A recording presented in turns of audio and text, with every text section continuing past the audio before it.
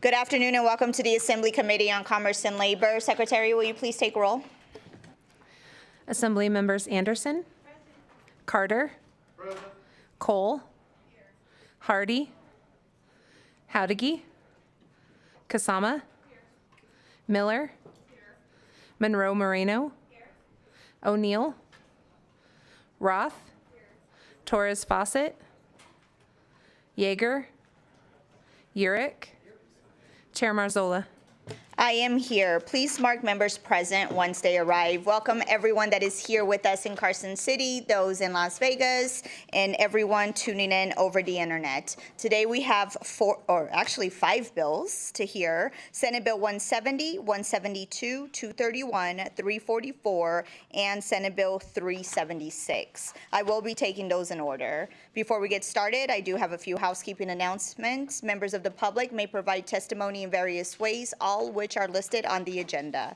When testifying, please remember to turn on your microphone to speak and off to listen. And also remember, please state and spell your name for the record. If you have handouts, please provide 20 copies to the committee secretary prior to your testimony. Committee information is available on the legislature's website. You may also watch our meetings through the legislature's YouTube channel. We ask that public comments be kept to 2 minutes per person so that everyone can be accommodated. As always, I expect respect in our committee, even if we may not agree. Finally, if you can please turn off or silence all of your electronic devices, especially your cell phones. And with that, we move to our first agenda item, Senate Bill 170. This measure revises provisions relating to industrial insurance. Good afternoon, Senator. You may begin when you're ready. Oh, good afternoon, Madam Chair. Thank you.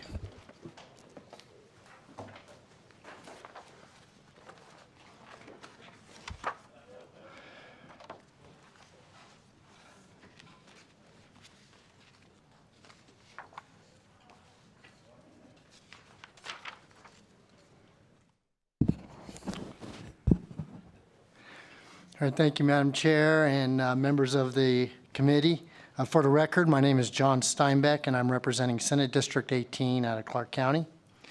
I appreciate the opportunity to present Senate Bill 170 today, which is a measure dear to my heart. It adds cancer screenings and other provisions to the annual physical exam for firefighters. I'm also grateful to Senator Scheibel for co-sponsoring this. With me today, also I have Ryan Beeman, who is going to assist us with going through parts of the bill, and then you'll also hear some testimony on this bill as well. But firefighting is a very dangerous profession, and the men and women who choose this career respond to a wide range of emergencies that threaten life, property, the environment.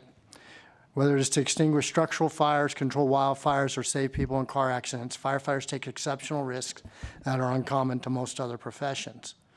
One significant hazard firefighters face is an elevated risk of cancer due to exposures to known carcinogens in their line of work, which they may encounter through inhalation, ingestion, or skin contact.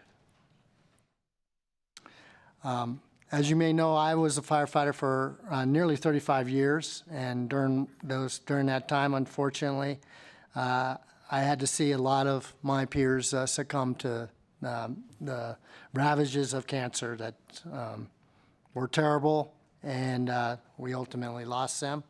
And then we've had many other members, one who is exceptional that you'll be hearing from here today, that has beaten cancer. And looking forward to you listening to her because it's very powerful. But for these reasons, SB 170 would establish annual cancer screenings with the objective of ruling out the presence of cancers, so firefighters can have the peace of mind of detecting cancer early on, which significantly increases the chances of successful treatment and survival. And so with that, I'd like for Mr. Beeman to go through a little bit more of the details on the bill, with your permission, Madam Chair. Thank you. For the record, Ryan Beeman, representing the professional firefighters in Nevada. First, I would like to say thank you to Senator Steinbeck and Senator Schweibel for sponsoring this important piece of legislation, and the chair and the committee for hearing this bill. I will just open with a few words and then walk through the bill quickly. Every day we remember and celebrate the lives of our fallen brothers and sisters in the fire service. In Carson City and the firehouses and union halls near and far, we memorialize their sacrifice, honor their service, and our prayers are with their family. Being a firefighter is a dangerous job, and every one of us know that one day we make the ultimate sacrifice of our own in order to save another. But that doesn't mean that we shouldn't do everything possible to make this profession safer. Cancer, particularly occupational cancer, has become the leading cause of firefighter line of duty deaths.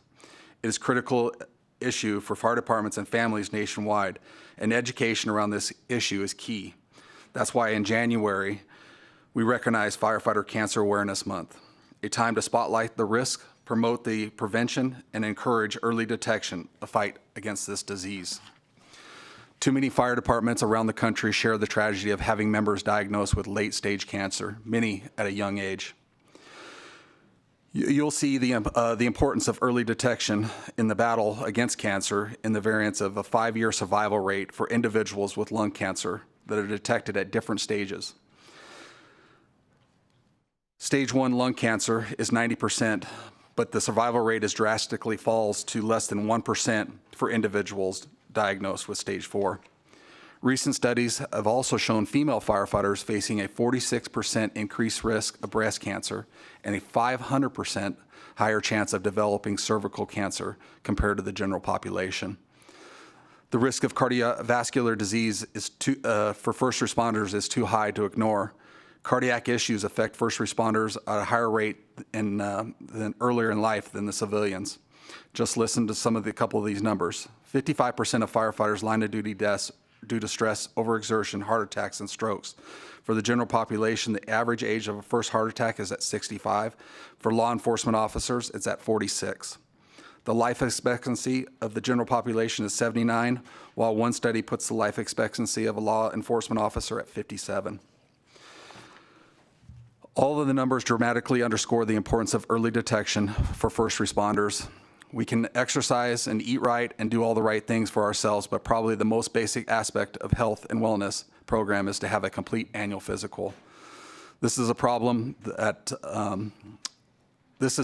across the board for public safety professionals, and largely preventable one that is directly addressed by this legislation. Chair, if it's okay, I'll just quickly walk through the bill, and then we have a testimony from one of our members. I'm working from the reprint of SB 170.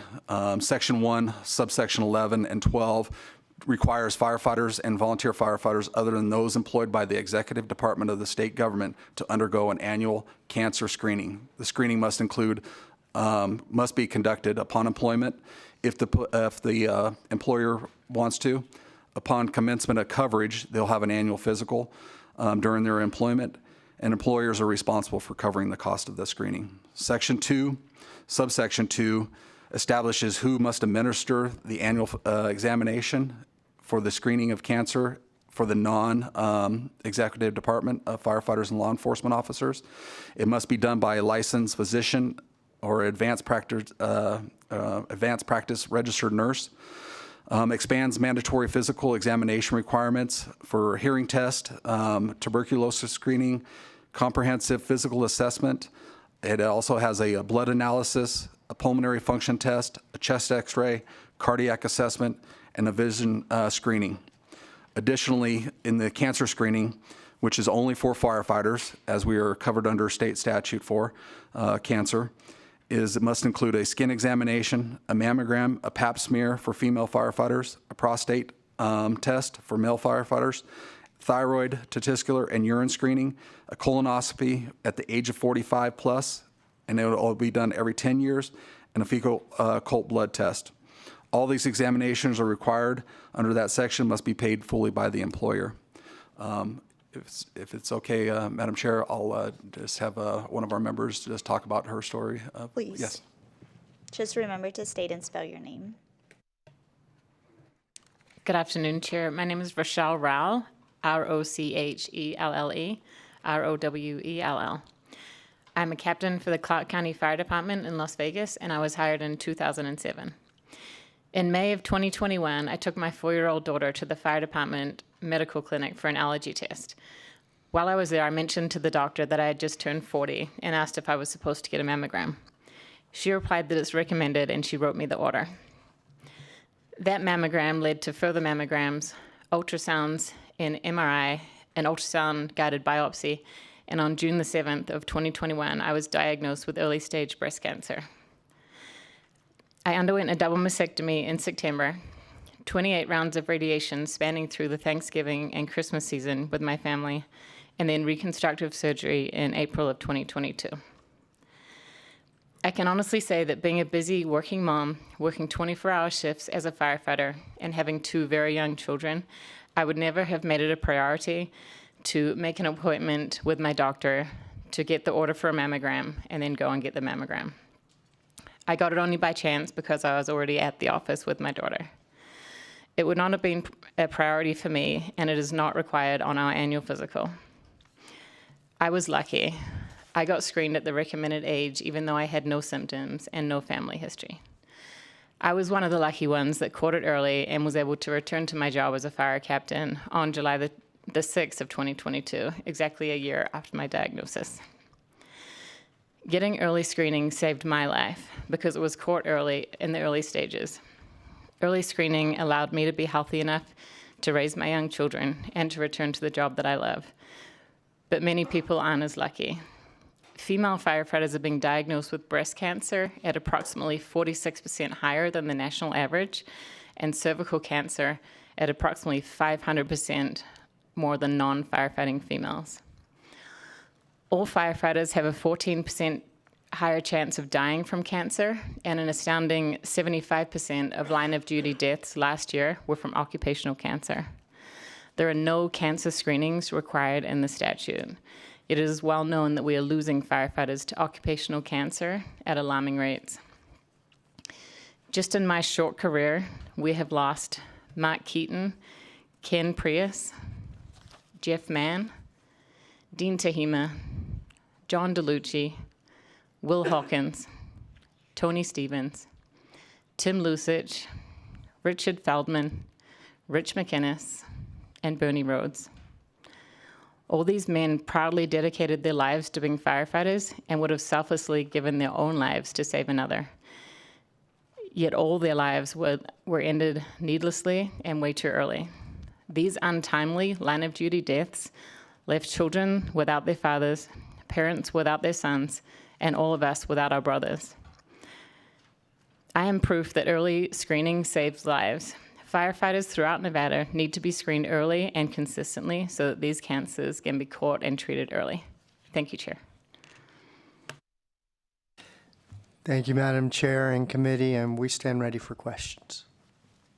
Thank you, Senator, and thank you for your presentation and bringing such an important bill forward. Thank you for sharing your story today with us. Obviously, it's very important to get the word out. I do have to say, when I read this bill, I was in shock that this was already not part of the process when it came to firefighters. But with that, committee members, are there any questions? Assemblymember Anderson. Thank you, Chair, and thank you for bringing forward this language, incredibly important. My question just has to do with page 6, section 11, where the executive department of the state government is exempted from that. Is that because they are not actually in the field and are more overseen, or why that exemption? No, we're not happy that we have to have that exemption. Can you state your but- name for the record, please? Yes, ma'am. My name is John Steinbeck, and I should know better, but John Steinbeck for the record. Assemblymember, we had to remove them because of the physical note that it caused. And just so with the current space that we're in, they are no less at risk than any other firefighter throughout the state. They deserve the same amount of testing and oversight and care. But due to where we are now, it was something that we had to remove with the current budget. However, we were able to make sure that and even before we did this, that they have worked this out in their contract to be able to get that care. And it's something that we're going to come back at a later session to try to get codified into the NRS. But unfortunately, it was just part of the process. Great question. Members, any additional questions? Assemblymember O'Neill. Thank you, Chair. And Senator Chief also, I really appreciate the bill. I understand it. I've got to ask a question. I'm afraid that I know the answer.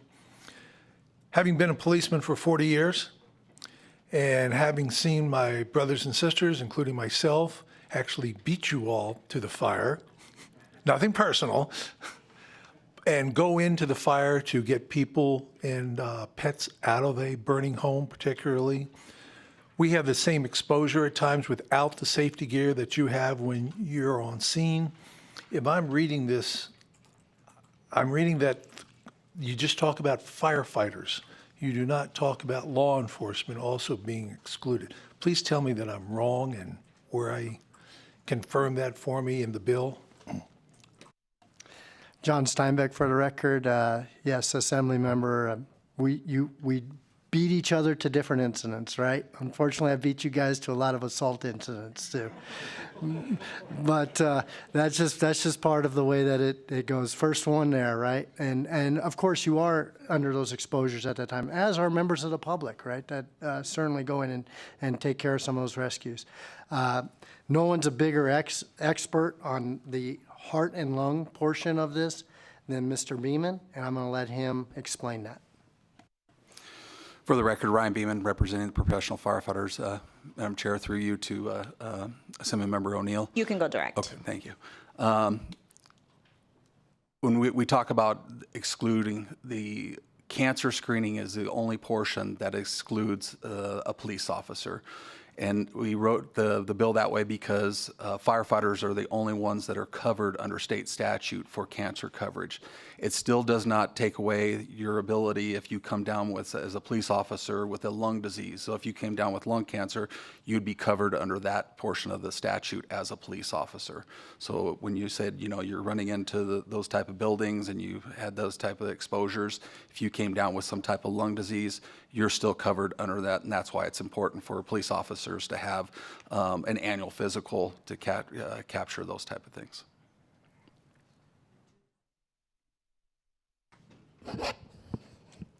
I don't know if I agree with you, but on your reasoning necessarily that police officers are somehow exempt from other cancers due to their exposures during service, but I appreciate the answer, and thank you, Chair. Members, any additional questions? I don't see any. So if you guys want to just step back for a minute, thank you. I just want everyone to know that I will be limiting testimony for all of the Senate bills today. I will take 10 minutes here in Carson City, 10 minutes in Las Vegas, and 10 minutes over the phone lines. And with that, we will start support testimony of Senate Bill 170 here in Carson City. Please remember to state and spell your name for the record. You may begin when you're ready. Good afternoon, Chair and members of the committee. For the record, my name is Susie Martinez. I am the Executive Secretary Treasurer of the Nevada State AFL-CIO, and we are in full support of the bill. Thank you. Good afternoon, Chair. Jason Mills, Jasonmills, on behalf of the Nevada Justice Association. We are in full support of the bill, and to help Assemblymember O'Neill, the NRS 617.453 already excludes police officers. It only covers firefighters. We've tried for years to get cops included in that, so I'm sure everybody would be on board with that if we could make that happen. I hope that helps, sir. Good afternoon, Madam Chair, committee members. My name is Todd Inglesby. I'm the proud president of the Professional Firefighters of Nevada. I want to thank you all for allowing us the time here today and present this important legislation. I want to thank Senator Steinbeck for sponsoring this bill, but also for his continued commitment to his brothers and sisters on the front lines. Cancer is the leading cause of death in the fire service. We are exposed by just putting on our personal protective gear because of the PFAS in the material which is supposed to protect us. This combined with all the carcinogens we are exposed to responding to emergencies, there is no wonder we are getting cancer and other diseases at alarming levels. The International Association of Firefighters, along with the PFN, have been working for years on ways to stop our brothers and sisters from dying. This bill will help us do just that. We did not take a blank approach to creating this bill. The additions in this bill are included in our annual physicals are based on research and to specifically focus on the specific illnesses that are killing us. While there may be an additional cost, we do not take that lightly associated with implementing these additional tests. It's important to consider the long-term savings as well. These tests are saving firefighter lives all over the country. Early detection and treatment can significantly reduce healthcare costs, prolong medical leave, as well as disability claims. I urge the committee to support this bill and help protect our firefighters so we continue to serve and protect our communities. Thank you. Good afternoon, Madam Chair, members of the committee. For the record, my name is Tom Dunn. I'm a District Vice President for the Professional Firefighters of Nevada. First of all, I would be remiss if I did not recognize in this room today Senator Nicole Cannizzaro, who was the original bill sponsor that improved our cancer presumption back in 2019. To answer your question, Mr. Assemblyman O'Neill, the reason why law enforcement is currently not in this chapter of the bill is because of large fiscal notes that were placed on our original bill in 2019 by local government. Today I'm going to testify that on specifically 5 of my members from my local in Reno and Sparks, Nevada. Back in 2020, we had a 58-year-old retired firefighter. He had been retired for 4 months when he died of sudden cardiac death. The tests that are included in this bill today, including a cardiac calcium scan as well as an ultrasound, would have caught his heart disease that were not caught on any other heart and lung physical prior to that. In 2023, we had Sparks firefighter Mike Foster, who died of colon cancer. Once again, his heart and lung physicals and the cancer screening at the time, he was not eligible for a colon screening under the statute at that time, and so his cancer was not caught in time. In 2023, we had another Sparks firefighter who had an ultrasound that the local had bargained with the city of Sparks to cover that found kidney cancer. And according to the surgeon, had he not had that ultrasound and had the surgery, he would have been dead within 6 months. I have a Reno firefighter in 2023 who's had taken all of his previous heart and lung physicals, was diagnosed with an arrhythmia on the treadmill, ultimately had to have 5 stents put in due to heart disease. The cardiac calcium scan would have caught any symptoms or any precursors previous to that. In 2023, I had a early 40s firefighter that was diagnosed with stage 4 prostate cancer that was caught with an ultrasound screening. And finally, just this year, and you have the testimony both on the legislative record, and I believe the member also emailed you personally last night, Reno firefighter Matt Lujetic, 46 years old, had his cardiac calcium scan this past January, as well as his heart and lung physical, was found with an anomaly due to the cardiac calcium scan, and just 2 weeks ago had a quadruple bypass at 46 years of age. I hate to interrupt you. Can you wrap up your testimony, please? In conclusion, we are in support of this bill, and we ask you to vote yes. Thank you. Thank you for your testimony. Good afternoon. For the record, my name is Rich Harvey. I'm with the Nevada Fire Chiefs Association.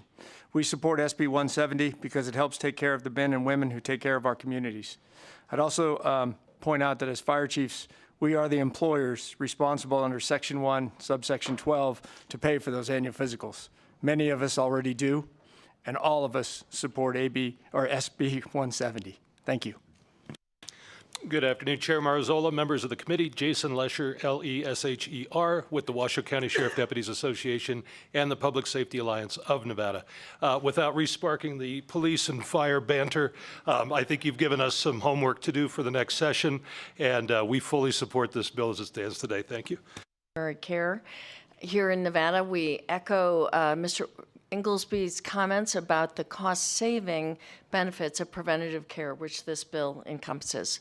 So we support. Thank you very much. Thank you for your testimony. Is there anyone else in Carson City wishing to testify in support? I don't see anyone. I do see you seated in Las Vegas. You may begin when you're ready. Hello, my name is Haley McKinnis, Hailey McKinnis. To explain why I'm here today, I'd like to tell you about my father, Richard McKinnis.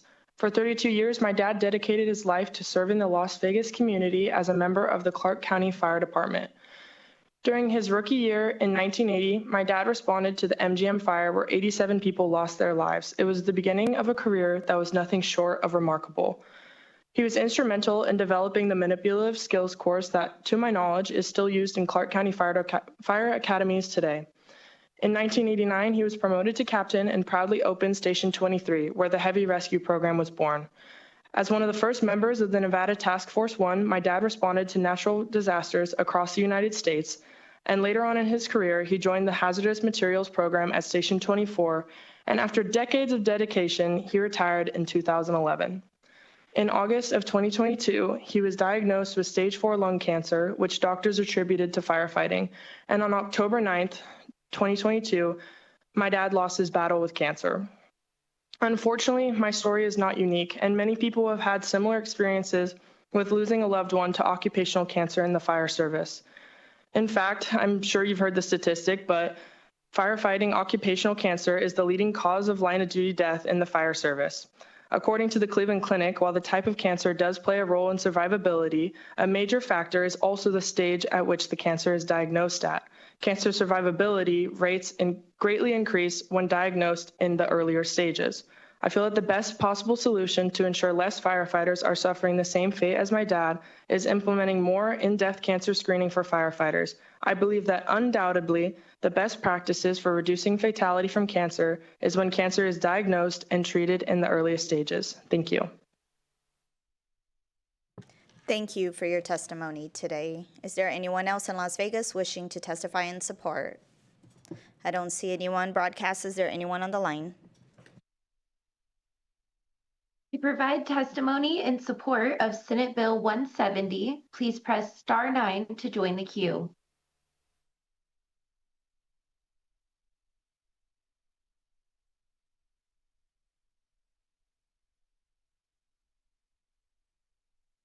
Chair, members of the committee, Samantha Barnes, on behalf of Comprehensive Cancer Centers of Nevada.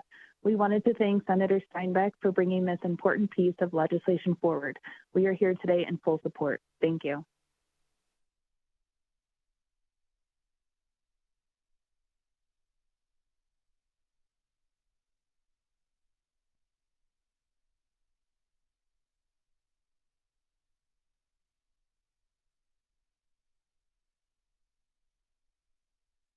Caller ending in 959, you are unmuted on our end. Please begin when ready. My name is Captain Brad Brazil from the Clark County Fire Department. I was hired in 2004, a little over 20 years of service on the fire department. In 2021, I was diagnosed with advanced thyroid cancer that had spread throughout my neck with some distant metastases. I was sent to all the physicians on the DIR in Las Vegas and was told by each and every one of them that they would not perform the surgery, that it was too advanced and too complicated. And in addition, that I would use or lose the ability to use my right arm after the surgery because of the cancer impinging on one of the nerves.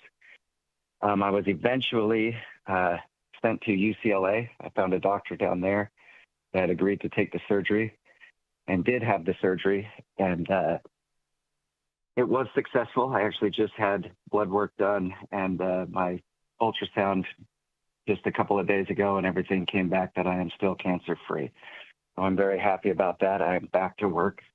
My point of this was just if we're just talking about dollars and cents and not looking at the human aspect of this, but just looking at the fiscal impact of this, how much less money this cancer that I had and how much less taxing on my family this would have been had it been caught early instead of in an advanced stage. I think that's important when we talk about people being able to come back to work and people being able to stay with their families and do the things that they've been hired to do. It's important that we catch these things early. I appreciate it. Thank you.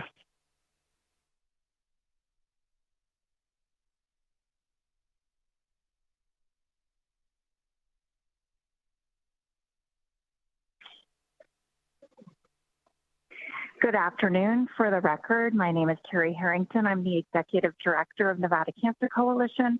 We are a statewide nonprofit of both public and private health care working together to reduce the burden of cancer. We 110% support this bill. Thank you.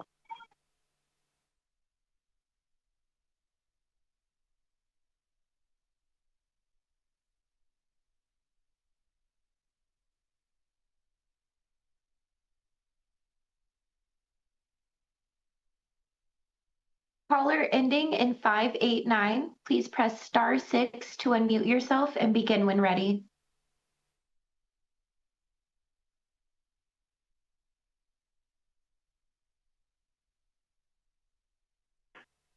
Good afternoon. My name is Nick Radeth, N-I-C-K-R-A-D-E-S.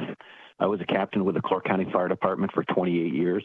On November 2nd, I was preparing to watch the hockey game when I felt a sharp substernal chest pain, non-radiating. I didn't think anything of it. I stood up to see if it was a type of a positional pain. As I stood up, the pain increased to the point where I was unable to catch my breath.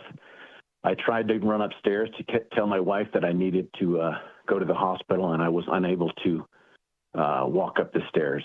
I finally called her, and she answered the phone and asked what was wrong, and all I could say was help. She came downstairs. I told her that I was having a heart attack and that she needed to call 911. She called 911. It took the rescue there 11 minutes to get to my house because the current or the station that was responsible for my area, all the units were out on calls. They got me into the back of the rig, and I told them that I was a county firefighter and that I know I'm having a heart attack. They hooked me up to the 12-lead monitor, and they said, everything looks good. And I said, you're doing something wrong. So I told them to do it again, and they did a 12-lead again, and all I could hear the paramedic behind me say is, oh, crap. He handed me the paperwork that showed that I was having a global MI. They rushed me to the hospital, got to the cath lab. As I got to the cath lab, I went into a lucid interval or lucid level of consciousness where I could not see, but I could hear everything. As they got me on the table, I heard the nurse say he's in VFib. I felt the doctor come over and start doing CPR on me while the monitor, I could hear the monitor in the background charging up. I heard the nurse say, clear. Everybody took their hands off me, and they shocked me with 200 joules. That wasn't a very pleasant feeling. After I regained consciousness, the doctor says I'm fine, and they went through and took care of my procedure. All my vessels in my heart were over 50% blocked. The vessel that supplies blood to the rear of my heart was 100% occluded, but fortunately I had grown collateral circulation. The reason why I'm saying this is because 2 months prior to this event, I passed my department physical with flying colors, especially the treadmill, that everything looked fine, and then 2 months later, I had the heart attack. That's why I support this bill. We need some additional tests, the calcium score, and that probably would have taken care of it. Thank you very much. If you've recently joined and would like to provide testimony in support of Senate Bill 170, please press *9 now.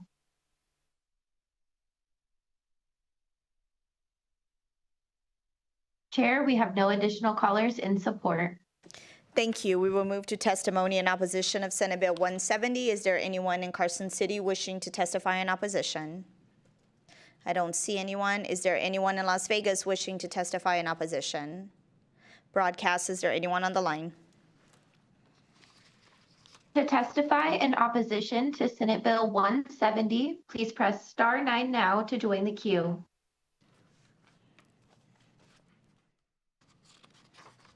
Chair, we have no callers for opposition testimony. Thank you. We will move to neutral testimony. Is there anyone in Carson City wishing to testify in neutral? I don't see anyone. Is there anyone in Las Vegas wishing to testify in neutral? No one's walking up. Broadcast, is there anyone on the line? If you would like to testify in neutral for Senate Bill 170, please press *9 now to join the queue.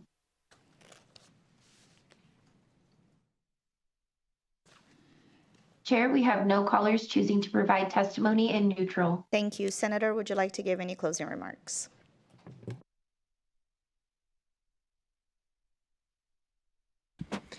Yes, thank you, Madam Chair. John Steinbeck for the record. I just want to thank all the people that gave the testimony. That's very heartfelt, a lot of experiences that they have gone through, and they really wanted to come and share their story. And, our goal is to reduce those stories. I specifically want to thank Haley. Her father trained me, and he's very proud of her today. So thank you very much, and we appreciate your support. Thank you again for bringing forward this bill, and I just want to say thank you to everyone that shared with us today. And with that, I will close the hearing on Senate Bill 170.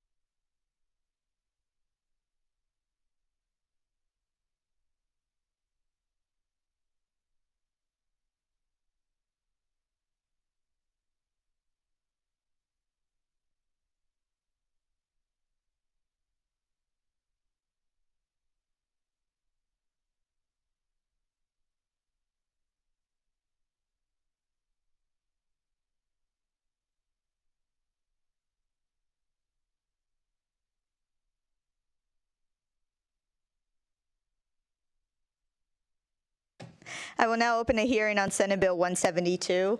This measure prescribes certain rights for agricultural workers. Hello, Senator Flores. Welcome. You may begin when you're ready.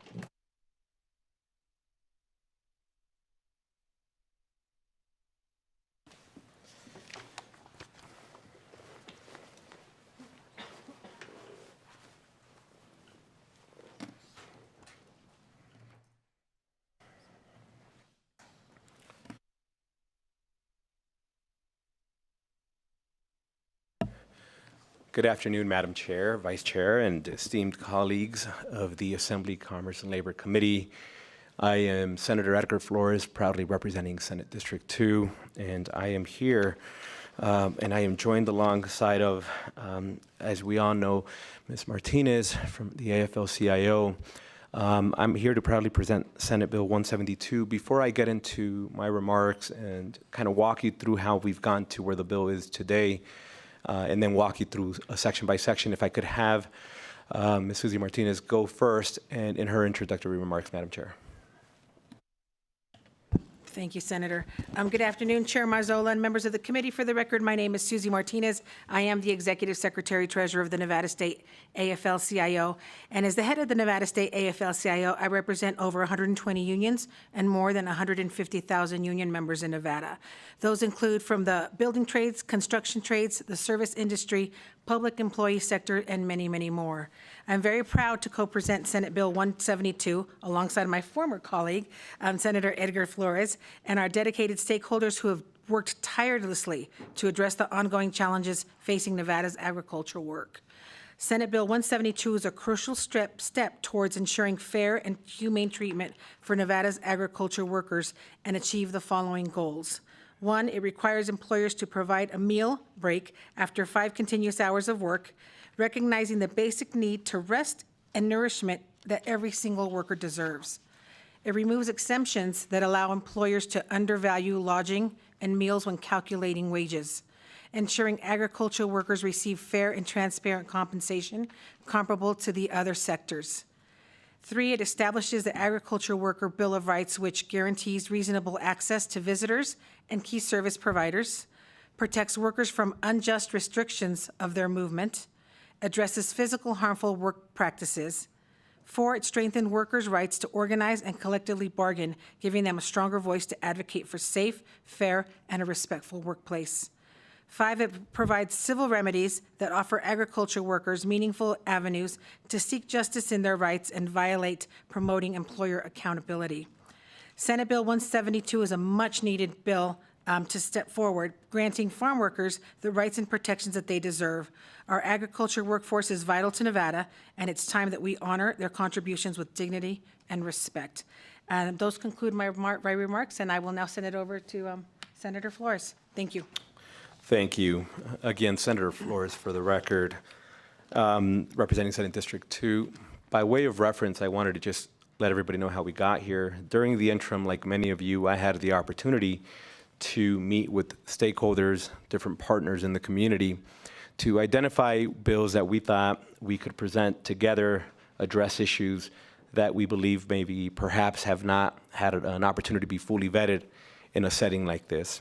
And in amongst those conversations, we had an opportunity to, alongside of Make the Road and other community partners, to understand that unfortunately, when we talk about agricultural workers, there were scenarios where we specifically had an opportunity to sit on a one-on-one basis, meeting folk in hiding so that the particular ranch that they were working at, that they wouldn't find out that they were sharing some of this information, and started hearing these horrific stories. Let me give you 5 examples of some of the stuff we heard. We have a lot of seasonal workers that come out from different countries. We see a lot from Mexico, Peru, but there's various other countries, and they'll come for seasons. We have a difficult time, and I am not suggesting that there are not U.S. citizens or residents or Nevadans that do this work. There absolutely are, but they cannot meet the labor demand. And so often they rely on agricultural workers that come in for a season. And oftentimes they'll come back year after year. Sometimes they don't come back, but you always have humans coming from other countries. One of the things that we heard in having conversations with them is that because they have a very special type of visa, that the visa would be confiscated from them and it would be held onto by the actual boss, right, the rancher owning the property that they were working on or doing the work that they were doing. And they would hold it over their head as a form of control and manipulation. We heard of folk living in conditions where either it was excessively cold or hot and not having any type of unit, AC or HVAC or anything that worked so that they could live in a fair living condition. We heard of instances of individuals who were brought here to do type A work, and they said, well, we don't have that work now. Let's have you do A, B. We'll have you do A later. Let's have you do B, C.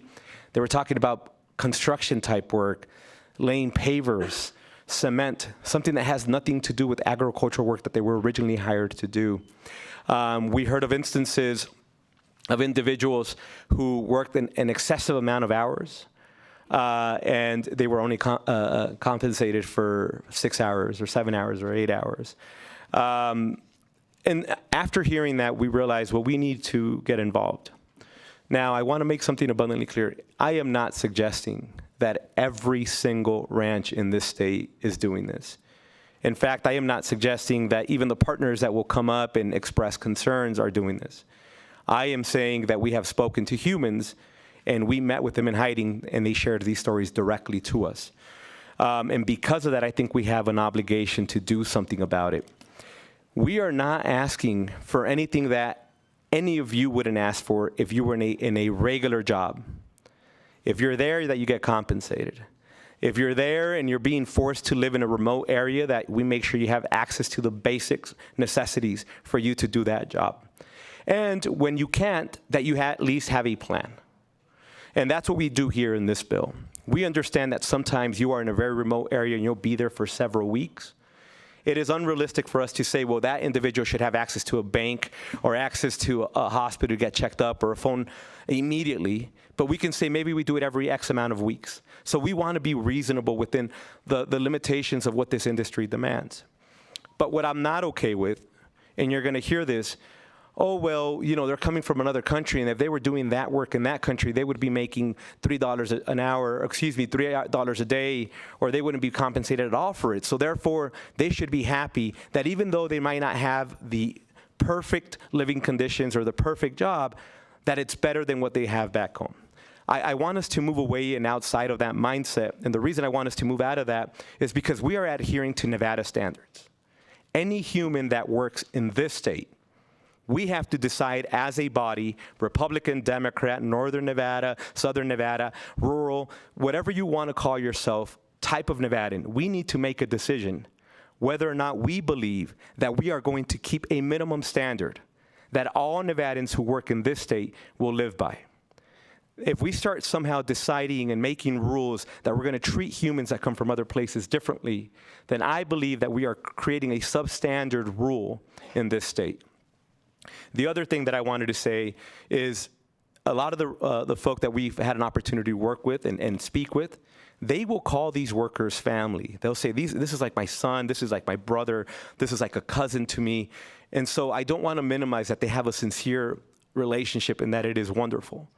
But what we are concerned about is not those individuals. We are concerned about the folk that are coming to us and silently expressing these concerns.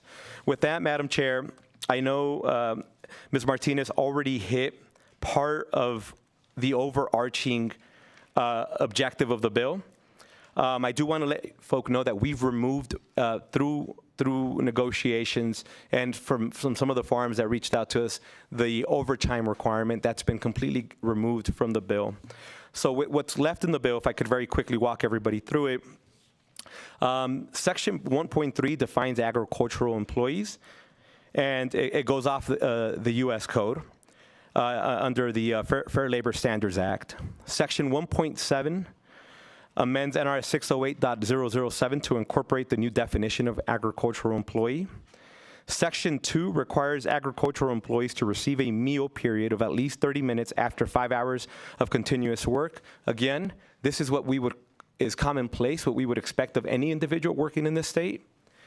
Section 2 requires agricultural employees to receive a meal period of at least, Section 3 through N4 removes exemptions that allowed lodging and meals for agricultural employees to be valued above statutory caps when calculating wages. Sections 4.3 through 4.7 are conforming changes to enforcement statutes to ensure applicability of the new definitions and provisions. Section 5 establishes a framework for agricultural workers' Bill of Rights. Section 6 names Sections 6 through 21 as the Agricultural Workers' Bill of Rights. Sections 7 through 10 define key terms including agricultural employer, agricultural worker, and key service provider. Section 11 grants agricultural workers the right to receive visitors at employer-provided housing. We thought this was really important because, again, if you're in a remote area and you're living in sub-living conditions, unless somebody can go out there and see it themselves, we wouldn't know that that's happening. Section 12 grants agricultural workers access to key service providers during non-working hours and healthcare providers even during work with possible regulatory expansions, and we can go into that and further if there's any more questions there. Section 13 requires employers to provide weekly transportation to essential services unless the worker has a personal vehicle, and again, we can go into that deeper if there's questions there. Section 14 prohibits obstruction of access to any form to and from worker housing by employers. Again, you can't make it impossible that nobody can access where these folks, when you're providing housing, that they have to allow folk to be able to come in and out. Section 16 mandates visible posting of workers' rights at housing, workplaces, and electronically. This is really important. We want to make sure that individuals are aware of their rights. Often we understand that they may be coming from another country and they may be accustomed to different standard of rights. We want to make sure that we're adhering to Nevada's rights. Section 19 affirms agricultural workers' rights to organize, bargain, and refrain from union activity. This is giving them collective bargaining rights. I respectfully understand that not everybody believes in collective bargaining, but this is either you're in or you're out type of mindset. I get that. Respectfully, I think humans should have a right to collectively bargain and figure out what is best for the folk in that space. Section 20 creates a civil right of action for agricultural workers, whistleblowers, and service providers. This is really important for me because if we had this in place already, all the families that we've been talking to and all the workers we've talked to wouldn't be doing it in secret. And they would be able to you could hear from them in person if we had some of these protections in place. And so that's why that's incredibly important to me. And then section 21 and 22 is just deleted by amendment. And then 23 is the effective day of October 1, 2025. And with that, Madam Chair, thank you again for the indulgence. We are open for any questions you may have. Thank you, Senator, for your presentation. Committee members, are there any questions? Assemblymember Kasama. Thank you. Thank you for presenting this. I have a question under Section 1, Section 2. I guess I'm trying to understand, because currently if there's bad behavior towards the agricultural workers and it's reported, doesn't the Labor Commissioner currently now have enough authority to go after the employers that are mistreating the workers? Because we're adding specifics in here, but I was just curious, don't they have that authority right now? Thank you for that question, Assemblymember Kasama. Senator Edgar Flores, for the record. And I am there in Section 2 with you. And I am reading, and it's the amendment of NRS 608.019. An employer shall not employ an employee for a continuous period of 8. Is that the section you're referring to? I guess it's more general. I mean, it's going from 8 to 5 hours, which seems really reasonable and good. I'm surprised it wasn't even shorter, frankly. But just in general, I guess my question should be the Labor Commissioner, if there's egregious behavior towards the agricultural workers, can't it be reported? And isn't the Labor Commissioner have enough authority to go after those employers that are mistreating the workers currently? Thank you, Assemblymember Kasama. Senator Edgar Flores, for the record. The short answer is yes. However, there are 4 kind of key points that I wanted to bring up as to why we believe this is necessary. The first is, when we were talking to these folk, it became abundantly clear that they were not aware of most of their protections that exist today. Number one. Number two, because the work that they are doing is seasonal in nature, and I'm respectful of that, and I don't want to minimize that. Oftentimes, some of the more egregious kind of working conditions we've seen have been by folk that are in very remote areas. By the time they're there and back, within 3-4 weeks gone, they've identified the issue. Now several months have passed. By the time they're going to bring up a concern, it's almost already too late. They're already leaving at times. So one of the things that we found is that within the scope of the work they're doing for the limited amount of time that they're doing it, it hasn't allowed for them to really flesh out how to go through the regulatory process or through the regulatory protections in place now to navigate that structure. And then the other side of that coin is, besides folk not knowing exactly what they can do, comes the intentional acts of making it difficult for people to come on site, making it difficult for people to have access to them so that they know that we can have kind of a third party to see that issue happening. And I am not suggesting that someone's going to say to the Labor Commissioner or somebody that's doing an OSHA kind of investigation that they're going to come up there and say, you know, I'm not going to let you onto private property. But it's at least been our position from what we've heard from them that it's been hard for people to get on site to even figure out what's happening. Members, any additional questions? I don't see any. So if you want to step back, please. We will start with support testimony of Senate Bill 172.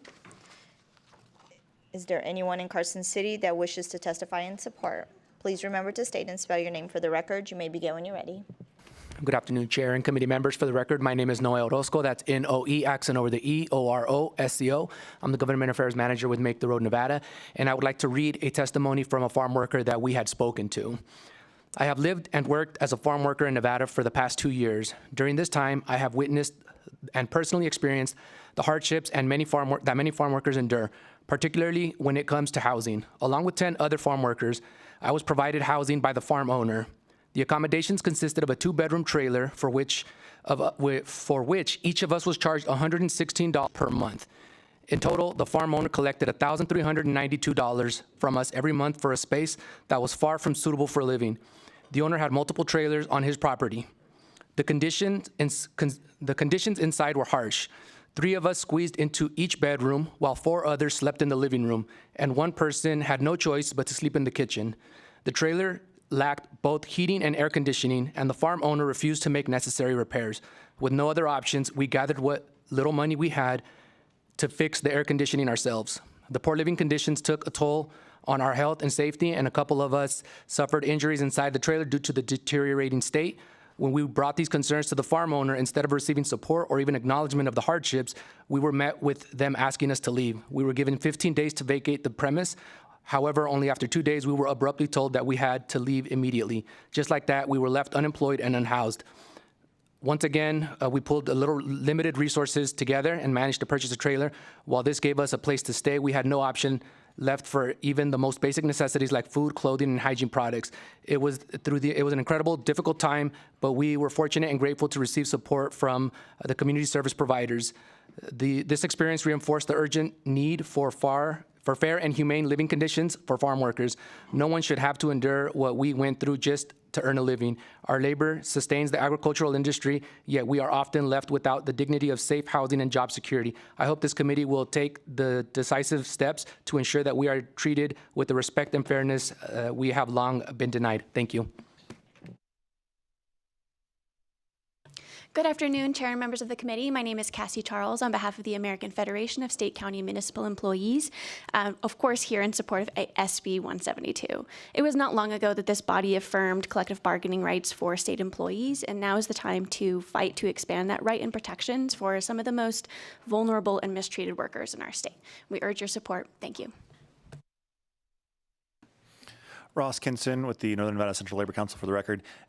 This bill basically gives workers something that most of us have had our entire lives. It levels the playing field for a very essential part of our workforce, and I don't see how that's a bad thing. So for those reasons, we support it. Thank you. Good afternoon, Honorable Chair and Committee. For the record, my name is Wendy Colborn, Chief of Staff for the Building and Construction Trades Council of Northern Nevada. Our industry is also very dangerous, and it's been our experience that safety regulations and labor laws are written in blood, and that is very much the case here as well. We believe every worker has a right to a safe and dignified workplace, and we strongly support this bill. Thank you. Thank you, Chair and members of the committee. My name is Olivia Tanager on behalf of the Sierra Club Toyabe chapter. For the record, we stand in strong and unwavering support of Nevada's agricultural workers. I believe with every fiber of my being that environmental justice is inseparable from worker justice. We cannot advocate for healthy land, clean air, and sustainable agriculture while ignoring the rights and dignity of the very people who make that possible. The same fields that produce our food are also the front lines where workers endure extreme heat, pesticide exposure, unsafe housing, and sometimes poverty wages. SB 172 is a moral imperative. By passing this legislation, we move closer to a future where sustainability not only includes the health of our environment, but the well-being of every human being who sustains it. With that, we urge your full support. Thank you. Good afternoon. My name is Aisha Goins, AESHA-GOINS. I'm here on behalf of SEIU 1107. We support our partners, and we also appreciate the sponsor for bringing this bill. Most importantly, we appreciate the sacrifice for our farm workers. We just want equal rights, justice, and the ability for people to earn a good living and have good housing. We ask you to support this bill. Thank you.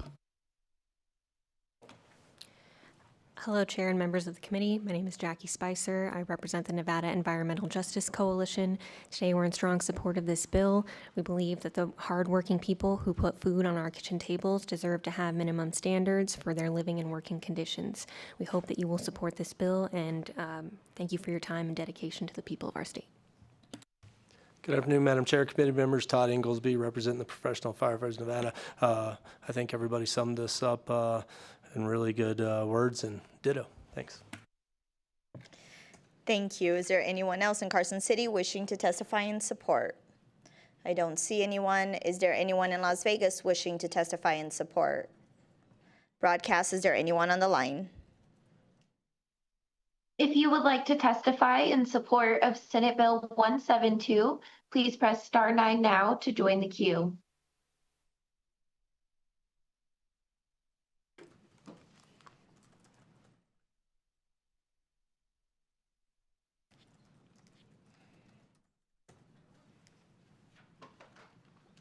Caller ending in 939, you are unmuted. Please proceed. Good afternoon, Chair and members of the committee. For the record, my name is Justin Guzman, Guzman. I'm here on behalf of the Progressive Leadership Alliance of Nevada, here in support of SB 172. Nevada's agricultural workforce is the backbone of our great state. Agricultural work is one of the most dangerous occupations, with workers routinely experiencing injuries, pesticide exposure, heat stress, lack of shade, and inadequate access to essential health care and housing. Agricultural workers are some of the most oppressed workers in the United States. Exploiting farm workers creates instability in the workforce, leading to higher turnover and labor shortages. The Progressive Leadership Alliance of Nevada believes that farm workers deserve to be paid fairly, have safe housing, and have access to essential services without fear of retaliation. We assert that investing in workers isn't just about a more sustainable agricultural economy, it is about human decency. On behalf of PLAN, we urge you to support SB 172. Thank you. Chair, we have no additional callers to offer support testimony. Thank you. We'll move to testimony in opposition of Senate Bill 172. Is there anyone in Carson City wishing to testify in opposition? You may begin when you're ready. Good afternoon, Madam Chair. Good to see you. For the record, Trey Abney, T-R-A-Y-A-B-N-E-Y, here today representing the small business job creators of NFIB Nevada. We are here in respectful opposition. I do want to put on the record that I appreciate Senator Flores very much. In all the sessions we've been in the building together, we disagree on a lot of things, but he has always been willing to talk with me and with my clients on these issues. So I appreciate him very much. Specifically, you will always see me up here when there's a bill that opens up a private right of action, which Section 20 does, I believe, and then Section 19 with the allowing of collective bargaining for farm workers. To Assemblymember Kasama's point, we think there are already protections in state law for these workers if any employer, decides to, break the law and treat them inappropriately. And we're also concerned, frankly, for the cost for Nevada families. There's a lot of conversations in this building about cost and trying to bring down cost for all of your constituents. And certainly, we believe this bill, given supply chain and inflation problems and tariffs and everything going on, certainly doesn't help the cause of bringing down cost for Nevada families. So for that reason, we oppose. Thank you, Madam Chair.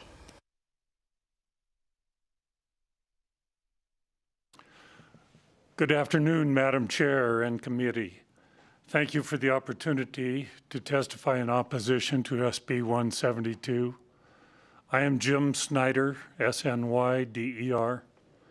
I represent the Nevada State Board of Agriculture and Snyder Livestock Company, my own family's diverse family farming operation in Lyon and Douglas counties. I chair the Nevada State Board of Agriculture, and that body voted unanimously to oppose SB 172. That opposition stems from the fact that existing laws and regulations relevant to all issues of farm workers' rights are vigorously enforced by the U.S. Department of Labor as well as state agencies. There's simply no need, benefit, or justification for an additional layer of regulatory burden on the ag industry. Ag workers are thoroughly protected by existing law. Section 19 of this bill would affirm farm worker rights to unionize. Unions promote this bill, farm workers do not. Unionization would result in reduced take-home pay for workers when union dues are deducted from worker paychecks. Please vote to oppose this bill. I'm happy to attempt to answer any of your questions. Thank you. No questions, but thank you. And once you're done, if you can get up for the next person. Thank you so much. Good afternoon, Madam Chair, members of the committee. Paul Morat from the Vegas Chamber. The Chamber is opposed to SB 172, and we do appreciate the conversations we had early on with the bill sponsor at the beginning of the session, but the Chamber still is in opposition to the bill. As you can imagine, the Chamber represents 70 different sectors of the state's economy, and we do have concerns about this impact it would have to the farm industry and to family-owned farms. Obviously, the concerns involve disruption to the ag business, food production, and costs that would be passed on to consumers. Thank you, Madam Chair, for your time today. Bonnie Little. Less than 1% of U.S. citizens work directly on a farm or ranch, and 100% of us eat. The average age of the Nevada farmer or rancher is nearly 58 years old. Of the many problems in this bill, I will use my time to address the requirement for employers of range workers to transport their employees to a city once every 3 weeks. Range workers are hundreds of miles from the nearest town, and those miles mostly consist of unmaintained dirt roads. To transport range workers to a town and back will take several days and could result in a rancher spending 1/3 or more of his time cycling out employees to transport. When needs arise, employees are brought into towns as federally regulated. And technology has also made the needs to go to town far less, as much can be done virtually. Mandating constant transport of range workers into towns is not feasible and will impose unnecessary hardships on range livestock businesses. This bill discourages new citizens of Nevada from entering the agricultural industry. If you like to eat, if you want your children to eat, if you want your grandchildren to be able to eat, I suggest you kill this bill here. So much power right now rests in your hands. I have questions for Senator Flores I would like him to clarify during his closing statements. Senator Flores, you once told me that you would like to see all employees on a level playing field. Then why are mechanics of ag businesses and all employees on a cannabis farm exempt from the Ag Workers Bill of Rights? Why are agricultural workers on a certified organic farm exempt from the provisions of Section 15? Before creating regulations regarding ag workers, the federal government, who controls much of the ag workers' regulations, they conduct extensive research. Senator Flores, what research have you done or relied on to support the creation of your bill? Have you spoken to any Nevada farmer or rancher to gain their perspective? Did you speak to any experts, such as the ag departments within the universities, to help with the successful creation of this bill? Ma'am, if you can please wrap up your testimony, your time has ended. All right, thank you. I will just address the committee right now, and I hope you all do your research before you vote on this bill, because the DOL, the Department of Labor, highly regulates. Thank you for your testimony. And I have my list of testimony. questions for Senator You are more than Flores. welcome to submit your testimony in writing, and I will make sure the committee gets it. I appreciate that. Thank you. You may begin when you're ready. Good afternoon. Mary Snyder, Yerington, Nevada, Snyder Livestock Company, a proud fifth-generation native of Nevada. I urge you strongly to vote no for SB 172. Today, every complaint we heard spoken about could be investigated and held accountable by the U.S. Department of Labor Wage and Hour Division. And honestly, when those advocates heard those complaints, they should have reported it to the Wage and Hour Division. Wage and Hour Division will investigate, regardless of whether it's a domestic worker, a foreign worker here on an H-2A, or, yes, an undocumented worker. The Wage and Hour Division has strong monetary penalties they can enforce, and they will. We encourage you to not create this extra level of burden. California has gone from over 30,000 acres in asparagus to less than 1,000 acres of asparagus in the last few years because of cost and regulatory burden. That means your asparagus is coming from Mexico. The United States has the safest food supply in the world, and we need to keep it safe by continuing to produce our food in Nevada. The right for farm workers to unionize is not something the farm workers are asking for. There's litigation going in both New York and California, farm workers suing both federally and in California against the state for what they have described as coercive tactics of the unions to try and get them organized. So please, if you want to protect Nevada's farm workers, you need to protect Nevada's farmers. You need to vote no on SB 172. Nevada has agriculture is the third largest industry in Nevada, and it is the #1 industry in 85% of this state. Farmers are price takers, not price setters. If costs go up, farmers will go out of business, and that hurts everyone in Nevada. Thank you.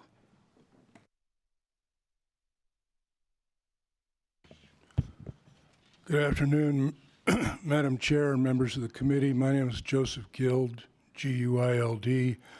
I'm a past president of the Nevada Cattlemen's Association, but I'm here on my own behalf as a manager of a ranch south of here in Carsonville Valley, Nevada. Just as an example of the impracticability and possibly impossibility of complying with some of the provisions in this bill. Last 2 weeks ago, we branded some calves at the ranch I managed. We got up early, saddled horses, and we were on horseback at 6:30 in the morning gathering pastures of cows and calves to be branded. And believe me, you don't want to keep these calves away from their mamas very long. It stresses them. So we try to do it as efficiently and within a time period as possible. We finally finished at 2 o'clock in the afternoon, so we were way beyond the 5 hours that would have been necessary to feed a crew of people, and so we would have been in violation of the law. We did feed everybody. A friend of mine barbecued for us, and we had a good time, but we would have violated the law as it's written here in this bill. Be happy to answer any questions, but it just proves to me that there's an impracticability and an impossibility in some cases to comply with the provisions in this bill. Thank you for your time. Thank you for your testimony. Is there anyone else in Carson City wishing to testify in opposition? I don't see any. Is there anyone in Las Vegas wishing to testify in opposition? Broadcast, is there anyone on the line wishing to testify in opposition to Senate Bill 172? If you would like to testify in opposition to Senate Bill 172, please press *9 to join the queue.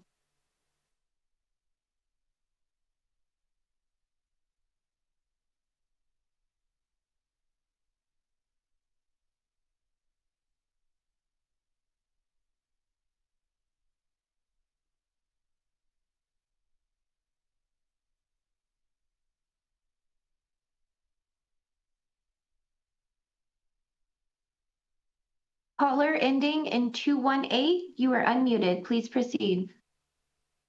Good afternoon, committee. My name is Mike Bardsley, last name Bardsley for John S. Bill Sheep Company.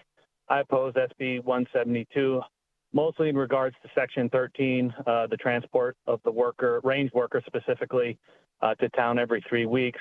Like Mrs. Little said earlier, it's impractical, it's an impossibility. Concerning housing for these men, it's already highly regulated by DOL.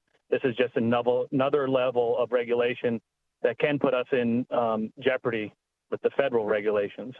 And that being said, if you have any questions, I'm more than happy to answer them. There are no questions. Thank you for your testimony. Broadcast, is there anyone else on the line?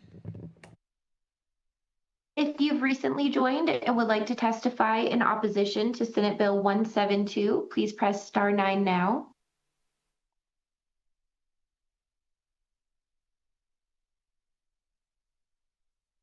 Chair, we have no additional callers to provide opposition testimony. Thank you. We will move to neutral testimony. Is there anyone in Carson City wishing to testify in neutral? I don't see anyone. Is there anyone in Las Vegas wishing to testify in neutral to Senate Bill 172? Broadcast, is there anyone on the line? If you would like to testify in neutral for Senate Bill 172, please press *9 now to join the queue.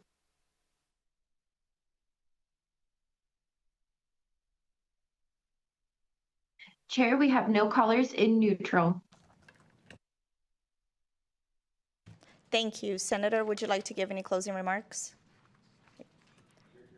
You can, if you make it very brief. Thank you, Chair. For the record, my name is Susie Martinez. You know, during this testimony, I heard that we want to protect the businesses, right? We want to protect the farmers. We even want to protect the baby cows, but never once did I ever hear that we were here to protect humans. These are the people that feed us. These are the people that protect these people's businesses. And that is why I feel that this legislation is very important, and that is why it has been brought forward. So thank you, everybody, for your time. And thank you, Madam Chair. Senator Edgar Flores, for the record, I would just remind folk that we are not mandating collective bargaining in this bill. We're simply allowing for folk to do it should they choose to. If they choose not to, we can continue as status quo as what we have now. We are simply asking that we allow them to have the opportunity, let the workers decide what is best for them.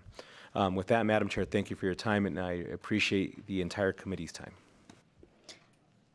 Thank you, Senator, for being with us. And I do have to say, you know, someone mentioned earlier bringing down the costs for families in Nevada, and I think that is always one of our main objectives. But what I don't believe in is that we need to do that in the backs of others, that we need to do that by sacrificing the health and welfare of other Nevadans. So whether this bill moves forward or not, that is between myself and my committee members. And so please don't take what I just said, that I'm leaning one way or the other. I'm just telling you how it should be in our thought process, just as human beings. And with that, I close the hearing on Senate Bill 172.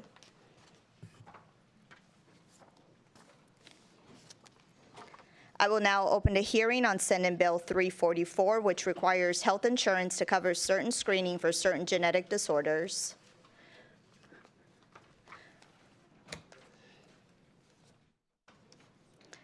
Welcome, Majority Leader. You may begin when you're ready.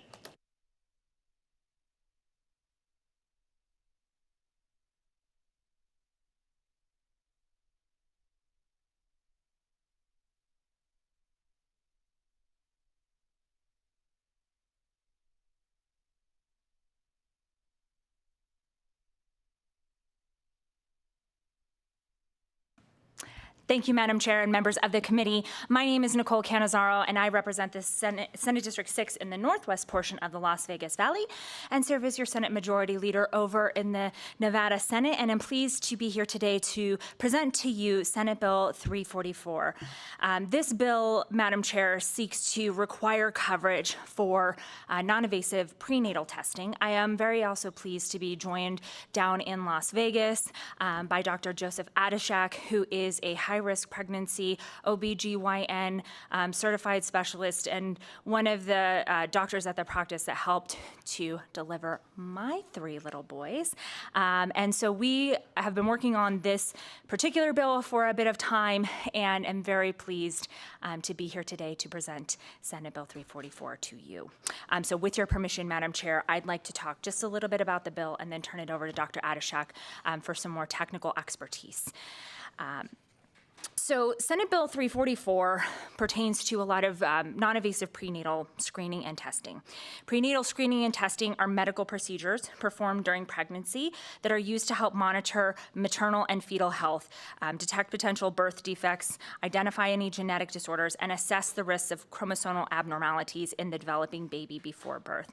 Today's prenatal testing standards reflect a patient-centered approach, and the American College of Obstetrics and Gynecology recommends discussing and offering genetic screening and diagnostic testing options to all pregnant patients, regardless of age or risk factors. After thorough review and discussion, patients then would have the right to pursue or to decline any testing. Non-invasive prenatal testing is a screening method that offers an accurate evaluation of the likelihood that a patient is carrying a fetus that might have a chromosomal abnormality, helping both the physician and patient assess the risk of such disorders, and then engage in any appropriate medical treatment. This screening method offers remarkable advantages to more invasive procedures that might extract placenta tissue for genetic testing, and instead it requires only a simple blood draw with very minimal risk to the patient and fetus, and can be performed as early as 10 weeks of pregnancy. So typically when we talk about this, some of these testing procedures are things you might think of as an amniocentesis, which can cause risk to both the fetus and to the mother, and increases the risk for preterm labor. This sort of non-invasive prenatal testing that again would be covered but would be up to the patient to decline or to receive is a simple blood draw from the mom that then can be utilized to determine whether or not there are any issues and whether or not those issues should be addressed by the physician without undergoing that more invasive treatment. Fetal chromosomal abnormalities occur in about 1 in 150 live births, and the incidence rate increases the older that a pregnant patient is. However, they can occur in a fetus regardless of the patient's age, race, or ethnicity. And so for many expectant patients, receiving early and accurate results from NIPT, which is what this is commonly referred to as, can provide emotional reassurance, allow them to mentally prepare for any potential health issues, and make informed decisions about their health and their lives. And overall, NIPT represents one of the most significant advancements in prenatal care in recent decades, providing a safer, earlier, and more precise screening option for expectant parents. And I would note that this sort of testing can also then make a determination about whether any additional, more invasive testing might be needed by a practitioner. Most health insurers will pay for NIPT in high-risk pregnancy cases, but about 20% of them do not cover this screening for low-risk pregnancies. Additionally, prior authorization requirements from insurers can be a barrier to accessing NIPT. And according to the American College of Obstetricians and Gynecologists, 5 out of the top 10 major private health plans have a prior authorization requirement for NIPT. Therefore, this bill proposes to require health insurers to automatically cover this screening without that prior authorization or other conditions. I just briefly want to talk about the bill. The bills in sections 4 through 10, 12, and 14 through 16 require certain health insurers to provide that coverage, and also prohibits that prior authorization for those screenings, as I mentioned. And then with that, Madam Chair, what I would like to do is to send this over to Dr. Adeshak down in Las Vegas to give just a little bit more of the technical expertise and the practical realities surrounding pregnancies and why this NIPT testing is so very important. Thank you, Madam Chair. Thank you, Majority Leader Cannizzaro. My name is Dr. Joseph Adeshek. It's A-D-A-S-H-E-K. I'm the current president of the Nevada State Medical Association. I'm also a high-risk pregnancy doctor and associate professor at the University of Nevada's School of Medicine. I would like to thank Madam Chair Marzola, members of the Assembly Commerce and Labor Committee for hearing my testimony today. And I'm also grateful to Majority Leader Senator Cannizzaro for sponsoring this bill. Under the threat of great bodily harm to myself from my policy director and lobbyists, I promise I will limit my testimony to 3 or 4 minutes at the most. Please note that I am here representing the physicians in the state of Nevada, especially the OBGYN physicians that would love to testify in favor of this bill. We are here in strong support for SB 344, which would cover the cost without prior authorization of NIPT. NIPT stands for non-invasive prenatal testing. It's otherwise known as cell-free DNA, and it actually tests the fetal DNA in the mom's circulation as early as 10 weeks with 90 to 95% accuracy what the chromosomes are, and those results can be received by 11 weeks. To say that this is a game changer is an understatement. For those of you who have not been recently pregnant, the standard of care before NIPT, which is unfortunately what we have to do in this state, is we perform an ultrasound to measure the skin thickness behind the neck of the baby at around 13 weeks, known as nuchal fold screening. The thicker the nuchal fold, the greater the risk for fetal chromosome defects. We then would take that measurement, measure the baby's length, and then take the patient's age, 4 different blood tests, combine all of this into a formula, and this would give us a risk factor for abnormal chromosomes. This test was considered positive if the risk was greater than 1 in 200 or 0.5%, as opposed to 90 to 95% accurate for NIPT. Now, if the risk for chromosomes were normal at 13 weeks, then the patient comes back again about 4 to 8 weeks later to do more blood tests. And again, if the risk was more than 1 in 200, again, that risk was considered abnormal. Then the patient would have genetic counseling, and we would offer amniocentesis after, of course, fighting with the insurance companies to get permission to do the amniocentesis. And then finally, the patient does not get the results until about 20 weeks, as opposed now to, like I said, 12 weeks, 13 weeks.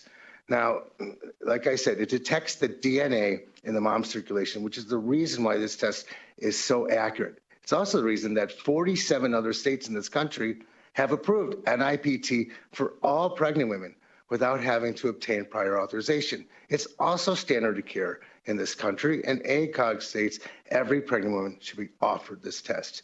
Again, with the old screening test that we have to do here, many patients get this devastating phone call unnecessarily that their baby might have a lethal chromosome defect. And needless to say, they are devastated. Now they have to undergo an amniocentesis if they want to know for sure.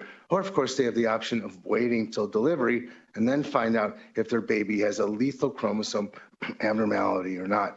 And just imagine what this is like for all of our patients who get this devastating news from a test that is only accurate with 1 in 200 chance. And it really significantly affects us as doctors to have to give this news.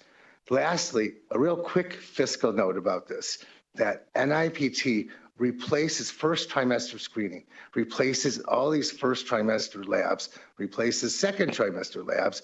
The false positive results that we have to do an amniocentesis replaces all of that. This unfortunately was not included in the fiscal note. The only thing that was included was what NIPT costs, but NIPT will actually save the state money since we don't have to do the first trimester ultrasound.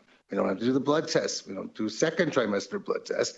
We don't have to do amniocentesis for false positive results, the genetic screening, the fetal anatomy scan at 20 weeks. Again, I'd like to reiterate, 4,700 states in this country have approved this test on all pregnant women. I'd like to thank the committee so much for indulging me and listening to me, and I'm open for any questions.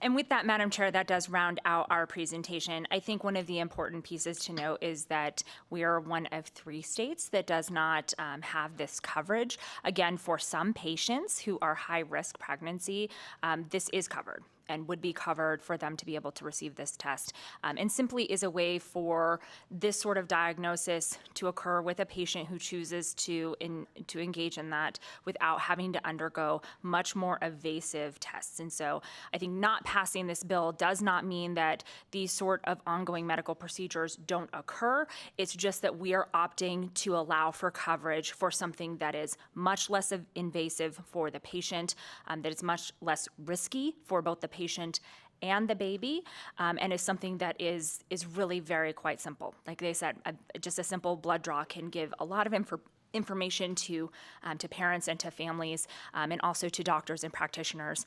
And so with that, Madam Chair, we would love to take any questions that you or the committee members may have. Thank you, and thank you for your presentation today. Members, are there any questions? I don't see any. If you can step back quickly before people change their minds. We will start with support testimony of Senate Bill 344. Is there anyone here in Carson City wishing to testify? You may begin when you're ready. Good afternoon, Chair Marzol, members of the committee. I didn't time his testimony, but I'll cut mine short just in case. My name is Jacqueline Nguyen, Nguyen, representing the Nevada State Medical Association. We are so proud to support SB 344 and are deeply grateful to the Majority Leader for sponsoring this important legislation. NIPT has been proven to be an invaluable tool in prenatal care. It is able to detect a wide array of genetic conditions more efficiently and will ultimately benefit a much larger population through earlier detection. It provides expectant parents like me, when I had my twins, with early and accurate information regarding the health of their baby. Early detection through NIPT allows parents to make informed decisions, providing them with clarity during a critical time. This test can not only ease the emotional burden of uncertainty, but also lead to better health outcomes for both the mother and the child. Again, I can't reiterate again, Nevada is only one of 3 states left in the nation that does not have legislation like this, and it's time to fix that. We urge you to support SB 344, and it will provide better health care and better outcomes. Thank you. Good afternoon, Madam Chair and members of the committee. My name is Sarah Adler, here representing the Nevada section of the American College of Obstetricians and Gynecologists, or ACOG. And I will simply echo the remarks of the majority leader and Dr. Anachak, who did an outstanding job with the explanation and rationale for this bill.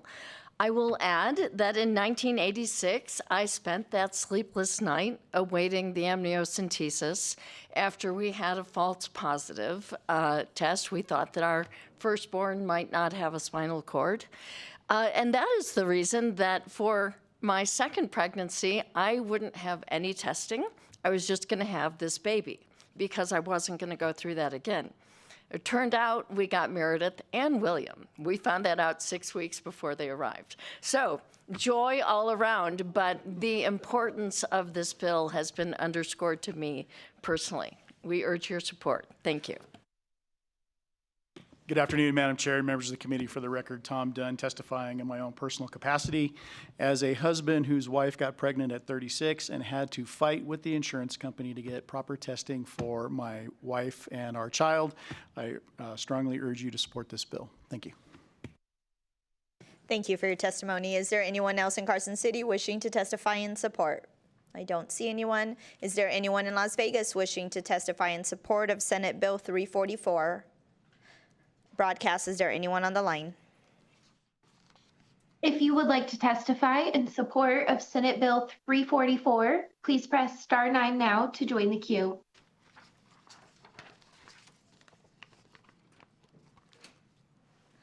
Chair, we have no callers in support. Thank you. We will move to testimony in opposition of Senate Bill 344. Is there anyone in Carson City wishing to testify in opposition? I don't see anyone. Is there anyone in Las Vegas wishing to testify in opposition? Broadcast, is there anyone on the line? If you would like to testify in opposition to Senate Bill 344, please press *9 now to join the queue.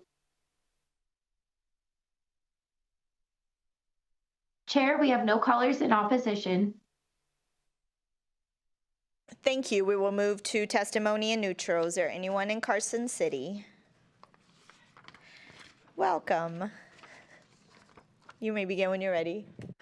Thank you, Madam Chair, members of the committee. Adam Plain, Plain with the Nevada Division of Insurance. I did submit written testimony today. I would like to request that you disregard that. I made it 114 days, first big boneheaded error. I submitted written testimony saying that this bill did trigger federal defrayal. If I had been paying better attention, I would have remembered that Amendment 756 removes the triggers for federal defrayal, and that is no longer a concern. My apologies to the committee, my apologies to the bill sponsor and all the proponents. To be clear, Senate Bill 344 no longer triggers federal defrayal provisions. Happy to take any questions. Assemblymember Monroe Moreno. Thank you, Madam Chair. Could you just restate what type of mistake you made? For the record, Adam Plain, I made a boneheaded error. We appreciate your testimony, and it takes a big person to admit when they're wrong, so thank you for being here. Is there anyone else in Carson City wishing to testify in neutral?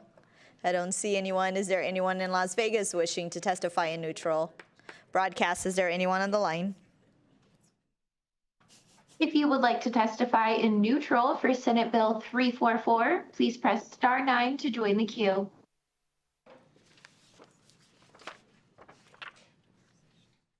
Chair, we have no callers choosing to testify at this time. Thank you. Majority Leader, would you like to give any closing remarks? I will now close the hearing on Senate Bill 344. I will now open the hearing on Senate Bill 231. This measure establishes provisions relating to the collection and destruction of unused drugs.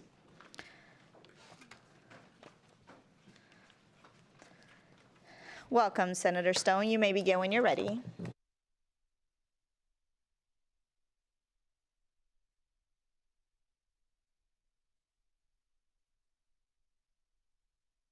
Good afternoon. Thank you, Chair Marzola and members of the committee.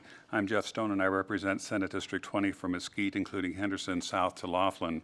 It's my pleasure to present SB 231, which proposes to establish provisions relating to the collection and destruction of unused drugs. The appropriate and legal disposition or disposal of expired or unused prescription drugs is important to prevent drug diversion, protect our landfills, and safeguard our finite water supplies. With respect to diversion, many citizens often store their unused or expired pharmaceuticals in their medicine cabinets, in their bathrooms, or in their cupboards. This leaves their drugs vulnerable for children, grandchildren, or even strangers visiting them to take them, ingest them, or if a controlled substance, sell them on the streets. In our rapidly aging population, which I am now a member of, there is a higher propensity of being prescribed a controlled substance for pain control, not limited to, but including hydrocodone or Vicodin, oxycodone or OxyContin, hydromorphone or Dilaudid, or just plain morphine, or a controlled anti-anxiety drug such as Xanax, or sedative hypnotics such as Halcion or Triazolam. These drugs can be potentially sold illegally on the streets, and they can be sold for a lot of money. Data from the federal law enforcement agencies has shown that OxyContin tabs can be sold for as much as $50 to $80 a tab, oxycodone generics $12 to $40 a tab, hydrocodone, that's generic for Vicodin, $5 to $20 a tab, or Xanax, alprazolam is a generic name, as much as $20 a tab. Because of the inconvenience of finding a drug disposal box nearby, many people just throw their pills in the rubbish, polluting our landfills, or often flush their pharmaceuticals down the toilet, forever tainting our water supplies. You see, many drugs that are water soluble cannot be filtered out by water treatment plants. Hence, these drugs tend to accumulate in our water supplies over time, especially in southern Nevada, where I live, where there is a robust toilet-to-tap program that is so essential in confronting our water scarcity and low level of Lake Mead. But we also see an increasing trace drug presence, which may present health issues in time. As an example, studies have shown trace amounts of drugs that are excreted by the body and those that are improperly disposed of that find their way to Lake Mead, a major source of drinking water in southern Nevada. What is the solution? The solution is installing more drug disposal bins in retail pharmacies throughout Nevada. The DEA has promulgated the Code of Federal Regulations Title 21 that allows for the installation of drug disposal bins, and through this regulation ensures that bins are placed in pharmacies where they can be observed while the pharmacy is open and closed off and shut when the pharmacy is closed. It allows for reverse distributors licensed by the DEA to pick up or have mailed to them the discarded pharmaceuticals and destroy them, usually by incineration in accordance with Title 21, which is fully traceable and accountable. One national disposal company reported that over 1 billion pounds of pharmaceuticals were destroyed in just 1 year alone. The issue is that there's not enough of these drug disposal bins in Nevada to appropriately discard pharmaceuticals. The Nevada State Board of Pharmacy in 2025 has identified the number of existing drug disposal bins in pharmacies in Nevada from a shared database with the United States Drug Enforcement Agency to be: in Elko, we have 4 locations, Reno Spark 7, Las Vegas Henderson 50, North Las Vegas 3. That's a total of 64 pharmacies for 3.2 million people, or 1 bin for every 50,000 people. For comparison, California has a similar program. Sacramento, California, which has a population of 520,000 within a 20-mile radius, has 96 pharmacy locations with pharmacy disposal bins. That's 1 for almost every 5,000 people. So what will this bill do? This bill will encourage, it will not mandate, that pharmacies, especially chain stores within their market share, consider adding more drug disposal bins statewide, making the service better advertised and available, and expand to more convenient locations for patrons to utilize. You may ask, why would a pharmacy consider placing more of these bins in pharmacies throughout Nevada? Well, of course, providing this eco-friendly and public safety service can be advertised as a wonderful community partner, and one could also predict that these bins could also increase traffic of customers to the stores to buy more sundries and drugs, etc., as they come in to discard their drugs. Pharmacies that install these bins cannot, by legislation, charge a fee for patrons that use these bins to discard their pharmaceuticals. It is a 100% free service offered by pharmacies participating. Pharmacies participating need to get regulatory approval from the DEA. The DEA remains the lead agency, the regulatory agency overseeing the program. The Nevada State Board of Pharmacy does not require a mandate permission via an application or permit for the same, like some states like California, which adds the cost for participating pharmacies. There's also no legal requirements for participating pharmacies to notify respective law enforcement agencies in the municipality where the bins are located, nor is it necessary, as the DEA is the chief law enforcement agency for the program. Examining the bill more carefully, Section 1, Chapter 639 of NRS is amended to add a new section.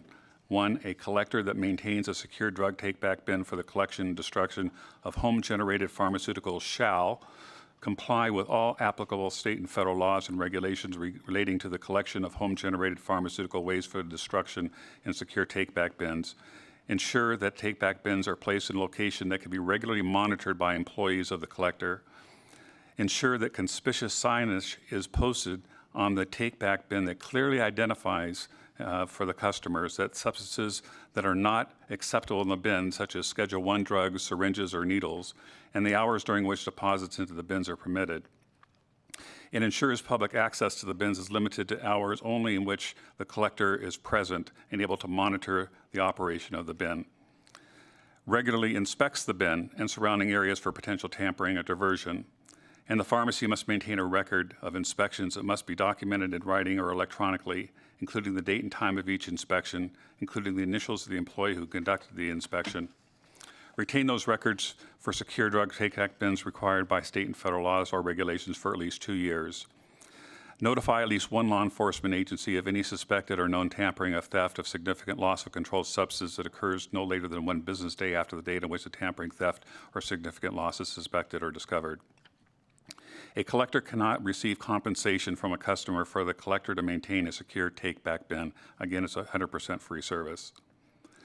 Any collector that maintains a secure drug take-back bin and complies with subsections 1 and 2 is not subject to any disciplinary action by the board for any injury or harm that directly results from the collector maintaining a secure drug take-back bin on the premises unless the injury or results from the gross negligence or willful wanton misconduct of the collector. There is no mandate for any pharmacy to install and maintain such a bin. It is purely voluntary. The Board of Pharmacy may adopt regulations for take-back bins if prudent. Section 6 is basically just making a bunch of definitions, including defining secure take-back bin, which is not in statute as of today. Section 2, this program proposes to be funded by a $500,000 grant from the Fund for Resilient Nevada created by NRS 433.732 to the State Board of Pharmacy. Section 3, the act becomes effective July 1st, 2025. Nevada has a shortage of drug disposal bins. This is a voluntary program and is not a mandate. The service is free to any citizen to responsibly discard their pharmaceuticals responsibly and safely. This will reduce illicit drug diversion. And lastly, this will minimize the deposition of these potentially toxic drugs into our landfills and our water supplies. In addition, colleagues, you'll see that there is a friendly amendment that has been submitted by the Pharmacy Alliance and the Retail Association of Nevada, which will allow pharmacists to administer drugs, order tests, and do CLA or CLIA tests, which are diagnostic tests that can be done outside a laboratory. For example, a COVID test, a flu test, or a strep throat test. It is required for a pharmacist also as a part of this amendment to apply and become a laboratory director of an exempt laboratory. Again, it's just an application because in order to do the CLA or the CLIA testing, you must be a laboratory director. And with that, Madam Chair, I'd be delighted to answer any questions that you might have.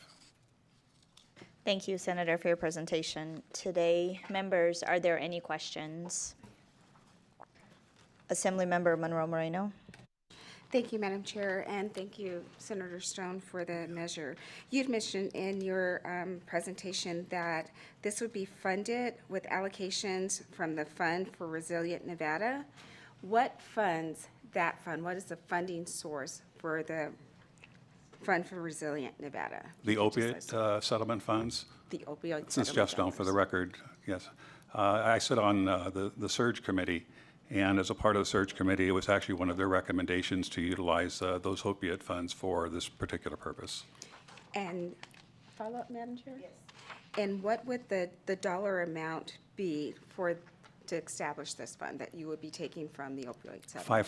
500, Senator Jeff Stone, for the record, Madam Chair, through you, $500,000. Thank you. Thank you, ma'am. Assemblymember Cole. Thank you, Chair. So my question is, I briefly looked at the Code of Federal Regulations that you refer to in Section 1 with the secure drug take-back bin definition. And the one thing I didn't see is that it would be secured to the ground. And the reason I bring that up is I can just picture somebody wanting to steal this. It would be a perfect thing to steal, right? You have all of this consolidated stuff that somebody might want, and then there's no value attached to it because it's it's all discarded, right? So it wouldn't hit any of our theft levels. Thank you. Thank you, Assemblymember Cole, for the question. Senator Jeff Stone, for the record. I should have probably passed these out, but these are the secured drug bins that you can see in some of our existing pharmacies today, and they're anchored to the ground, and they have dual keys, so you have to have people witnessing the opening and closing of these bins. Usually they have a 28-gallon bag on the inside of them, which can either be picked up by a company, incinerated, or through a DEA standardized process can be withdrawn and can be shipped to the disposal site. Members, any additional questions? I don't see any. I do have one, maybe two. So you're not mandating the pharmacies to participate in this program, is that correct? Thank you, Madam Chair. Jeff Stone, for the record. No, this is purely voluntary. Perfect. Thank you for putting that on the record. And my next question is to your amendment and the pharmacists. So with your amendment, would it allow the pharmacists to diagnose and administer medication? And if so, to what degree? So the only, Jeff Stone, for the record, the CLIA tests are qualitative tests that will test for COVID, for strep.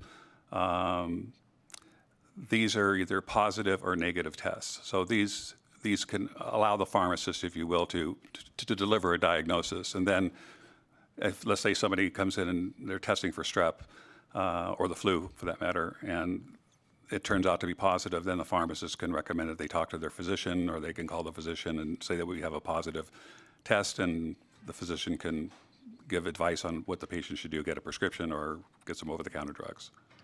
Thank you for your response, but it's my understanding, and I may be wrong, that there are hundreds and hundreds of tests under the CLIA test, correct?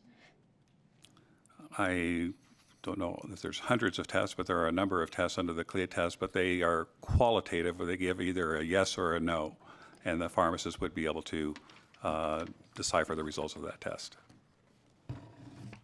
Please. I'm joined with Liz McMenamin from the Retail Association, who gave the friendly amendment, was party to that.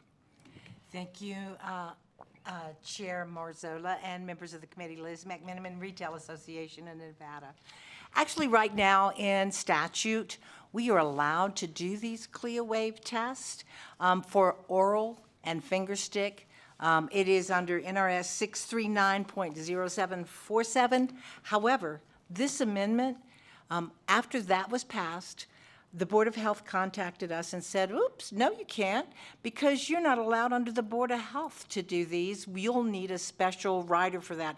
So after years of trying to get this forward, the Board of Health called me last interim, and this is where this amendment came from, is to allow the pharmacy to not have to be a laboratory. We're not doing blood testing. We're not doing fecal matter. We're not doing any other fluids, dangerous fluids. We're simply doing, in a pharmacy, the very basic CLIA wave test. Now, if the committee is concerned, I can assuage some of your concerns in knowing that the Board of Pharmacy will highly regulate this and will set this in regulations so that we're not diagnosing or going outside of our scope of practice. But right now, in the scope of practice, these CLIA wave tests, these simple ones that Dr. Stone or Senator Stone was talking about, those are already provided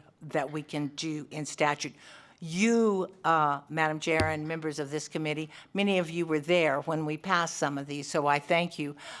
This just allows us to go forward and complete that whole cycle, because now the Board of Health actually wants us to be able to do. Now, and I will say for the record, other states also are doing this. Many other states, over 30 states, pharmacists are doing some of these very CLIA wave tests. You'll probably hear some opposition to this, but this is being done safely. This is something that the mother who picks her child up at 5 o'clock, the child is not feeling well, the mother is worried that the child has the flu or strep throat. They can do these simple CLIA-waive tests that are in the pharmacy right now and then assure that mother, this is negative right now, but you should watch. We can call your doctor. We can do whatever's necessary going forward. So this gives that pharmacist who has had 1,700 hours of clinical studies and who is a doctor of pharmacy the ability to do what they have been educated and trained to do and help to close that gap for some of the healthcare shortages that we see today. So thank you, Madam Chair, and I hope that answered some of your questions. It brought up several other questions, but I will take it offline and we can discuss it. Members, are there any additional questions? Assemblymember Carter.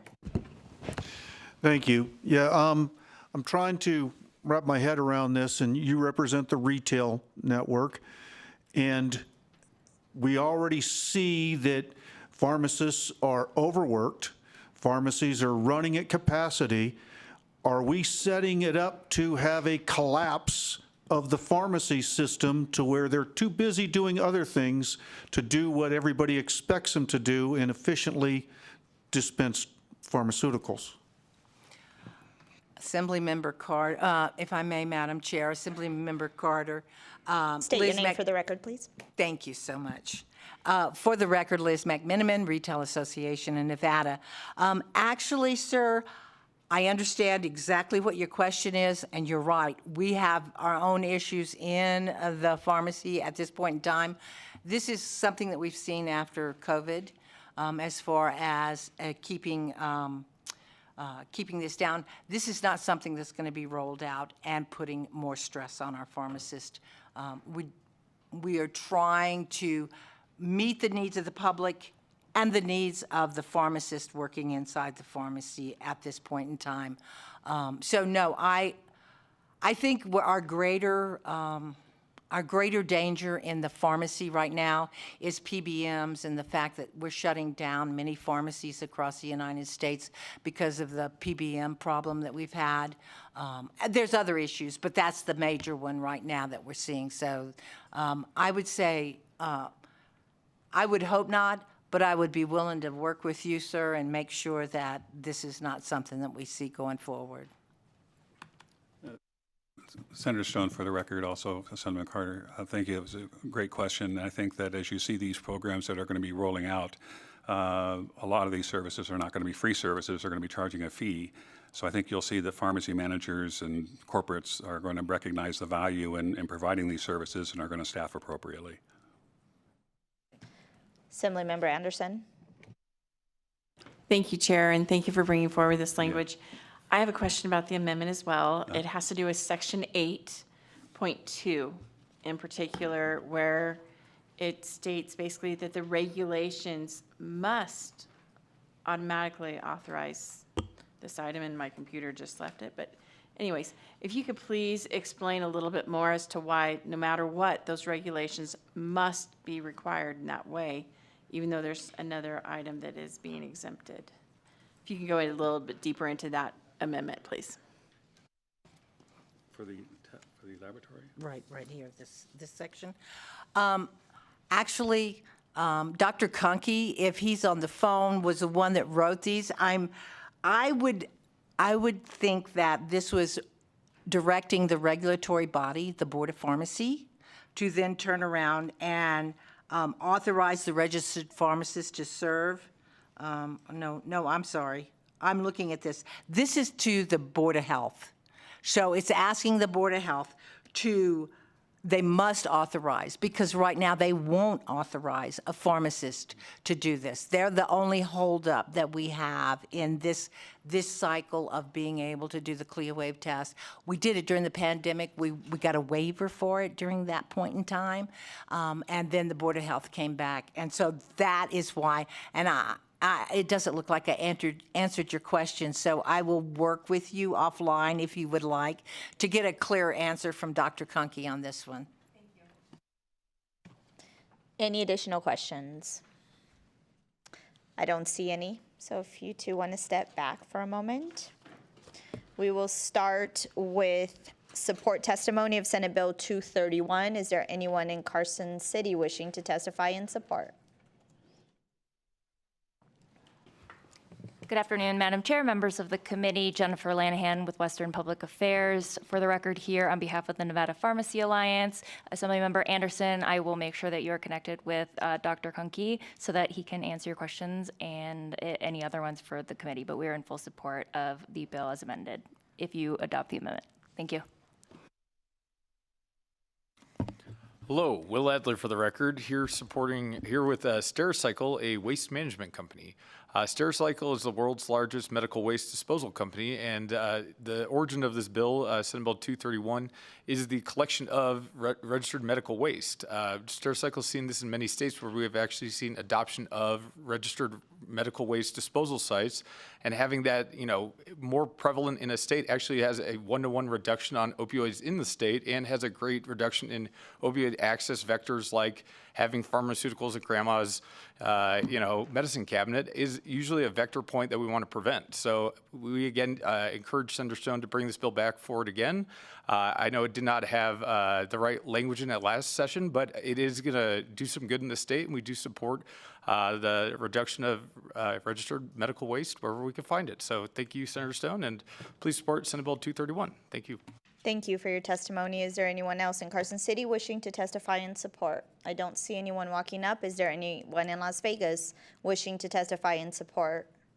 Broadcast, is there anyone on the line?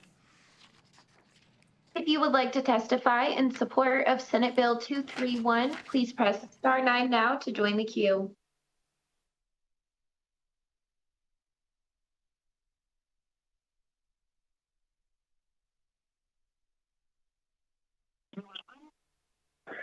Hello, Chair Marzola and members of the Assembly, Commerce, and Labor.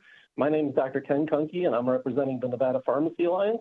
I'm here in support of SB 231. There were some questions that I can answer. Section 8.2, it says that a regulator must authorize a registered pharmacist to serve as a laboratory director of an exempt laboratory. The Board of Health requires that in order for the pharmacist to do CLIA waive tests. So that's what that section is. Also, CLIA waive tests are being done throughout Nevada right now. It's through the PrEP Act, a federal act, and it's going till the end of 2029. So the pharmacists have already built this into their workflow, and this would just continue to allow pharmacists to do CLIA waive tests after 2029. Also, you also heard a bill earlier in session, AB 186. All these sections were in that bill. But we did take a lot out of that bill. So in that bill, it would allow pharmacists to prescribe medications. These amendments do not allow that at all. This is only for administering and doing the CLIA waive test and ordering lab work. And I think the last thing that you asked, I think that's it. But we do support this. If you have any questions, I'm here to answer them. Thank you.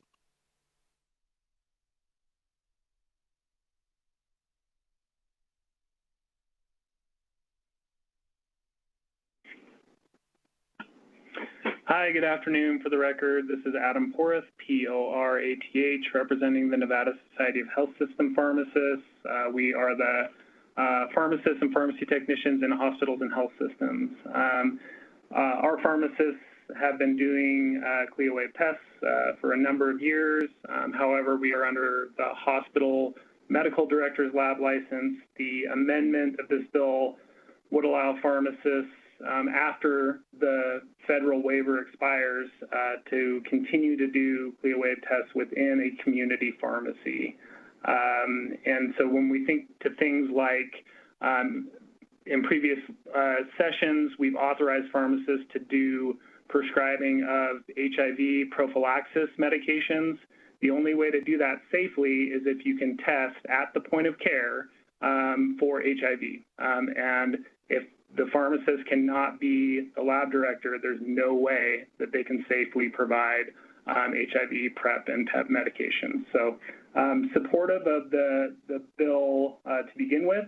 We certainly need more collection sites for medications, and also very supportive of the amendment. Thank you.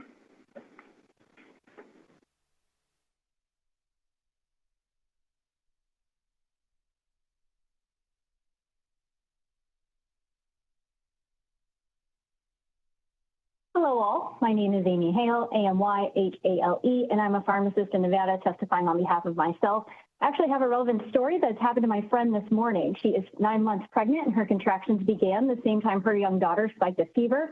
Her husband took the daughter to urgent care where they waited over 2 hours and the daughter did indeed test positive for the flu. The husband now has to take the daughter to another site and wait for the prescription for Tamiflu for the whole family, while my friend had to go to the hospital alone, is currently alone while laboring. Had they been able to swing by a pharmacy, this would have been a much more efficient process to get the test done and the prescription, and they would have saved hours during this very important day. So I reiterate, I am very much in support of this bill. Thank you.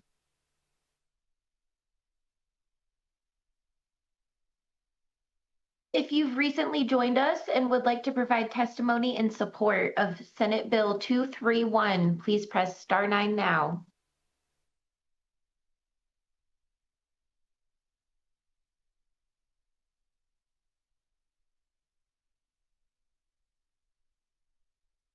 Chair, we have no additional callers to provide testimony in support. Thank you. We will move to testimony in opposition of Senate Bill 344. Is there anyone in Carson City wishing to testify in opposition? You may begin when you're ready.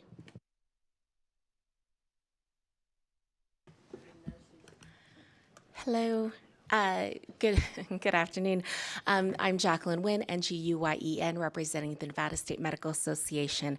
Unfortunately, I was actually here to support in my private capacity. I really do support the drug take-back bins. I'm actually a member of the SNOAC, which is the Southern Nevada Opioid Advisory Task Force, and so safe disposal and so on has been near and dear to my heart.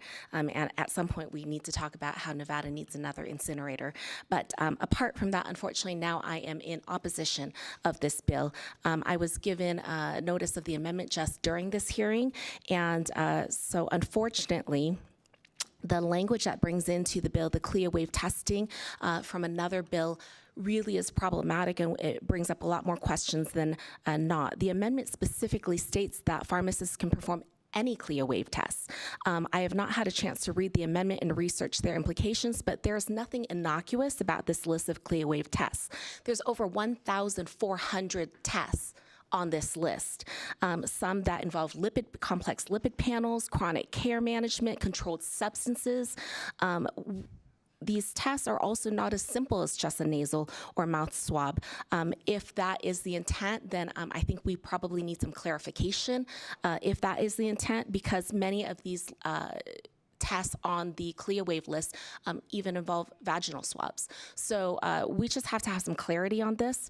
In particular, also the amendments in this the proposed amendments now state that pharmacists can now possess and administer controlled substances as well. And we've had many discussions previously about our concern. We've been engaged with stakeholders on AB 186 that was mentioned earlier since day one. And we've had so much back and forth with our doctors about all of our concerns for patient protection. I wish that we'd had a chance to engage with stakeholders in these discussions before the amendment on this hearing, but we will remain open, committed to talking to Senator Stone about this. One thing that if you can please wrap it up, your time has ended. Of course, sorry. One thing that a doctor did say to me, and I thought that was very wise, was physicians are taught to treat the patient and not the test. And I really think that this is short-sighted. Thank you for your testimony. Good afternoon, Chair Marzola, members of the committee. Leah Cartwright, Leacartwright, on behalf of the Nevada Psychiatric Association. You heard our opposition to AB 186 earlier in the session. Our opposition remains the same to this amendment, although we do support the rest of the bill and the drug take-back. We would hope that you consider rejecting this amendment and moving the bill forward as originally introduced, or as presented in this committee without the amendment.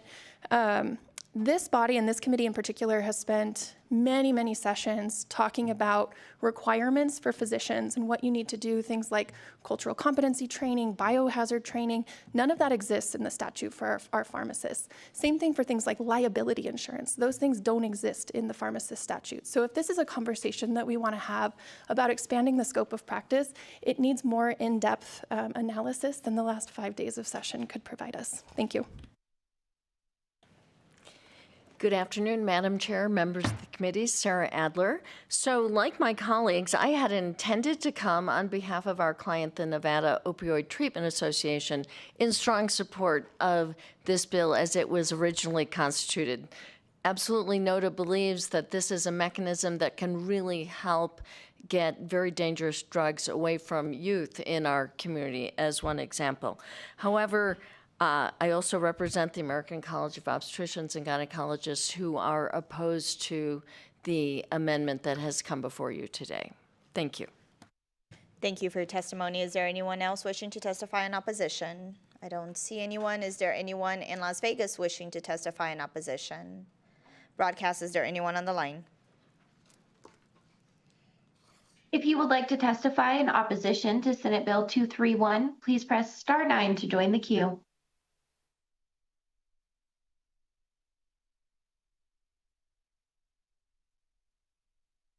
Chair, we have no callers for opposition. Thank you. We'll move to neutral testimony. Is there anyone in Carson City wishing to testify in neutral? You may begin when you're ready. Thank you, Chair. Michael Hillary with the Nevada State Board of Pharmacy. Just wanted to say, as previously mentioned in testimony, we oversee the existing drug drop-off boxes. Happy to also handle the expansion. And to answer the question Assemblymember Cole asked about fines, if you took one of these boxes, you would be in possession of dangerous drugs and likely controlled substances and be in bigger trouble than if they were just regular stolen goods, because those are a variety of misdemeanor or felonies depending on the quantities and whether you decide to try to sell them or someone or not. So it would be a bit of a rude surprise for someone that took that. So thank you very much. Thank you. Is there anyone else in Carson City wishing to testify in neutral? I don't see anyone. Is there anyone in Las Vegas wishing to testify in neutral? Broadcast, is there anyone on the line? To provide testimony in neutral for Senate Bill 231, please press *9 now to join the queue.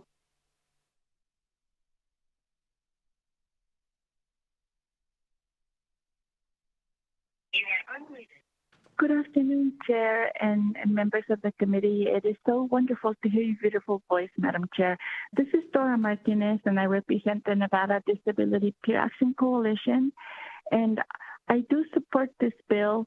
I am in neutral because I just want to remind Senator Stone, thank you for bringing this bill forward. And I was wondering if it could be written somewhere in there that for the disposal of the container, that it will be consistent in every pharmacy, whether it's CVS or Walgreens or whatever pharmacy. So when you walk in and I'm totally blind, so I'm going to be telling you how I see it, perspective.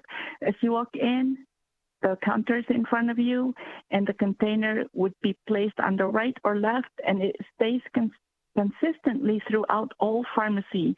You may know I have a guide dog, and I do drop my friends' drugs because they can't walk, and I'm blind, so they call me the blind drug lady. And sometimes my dog will bring me to the trash, and I do not want to drop them in the trash. I want to drop them in a consistent place where they need to be.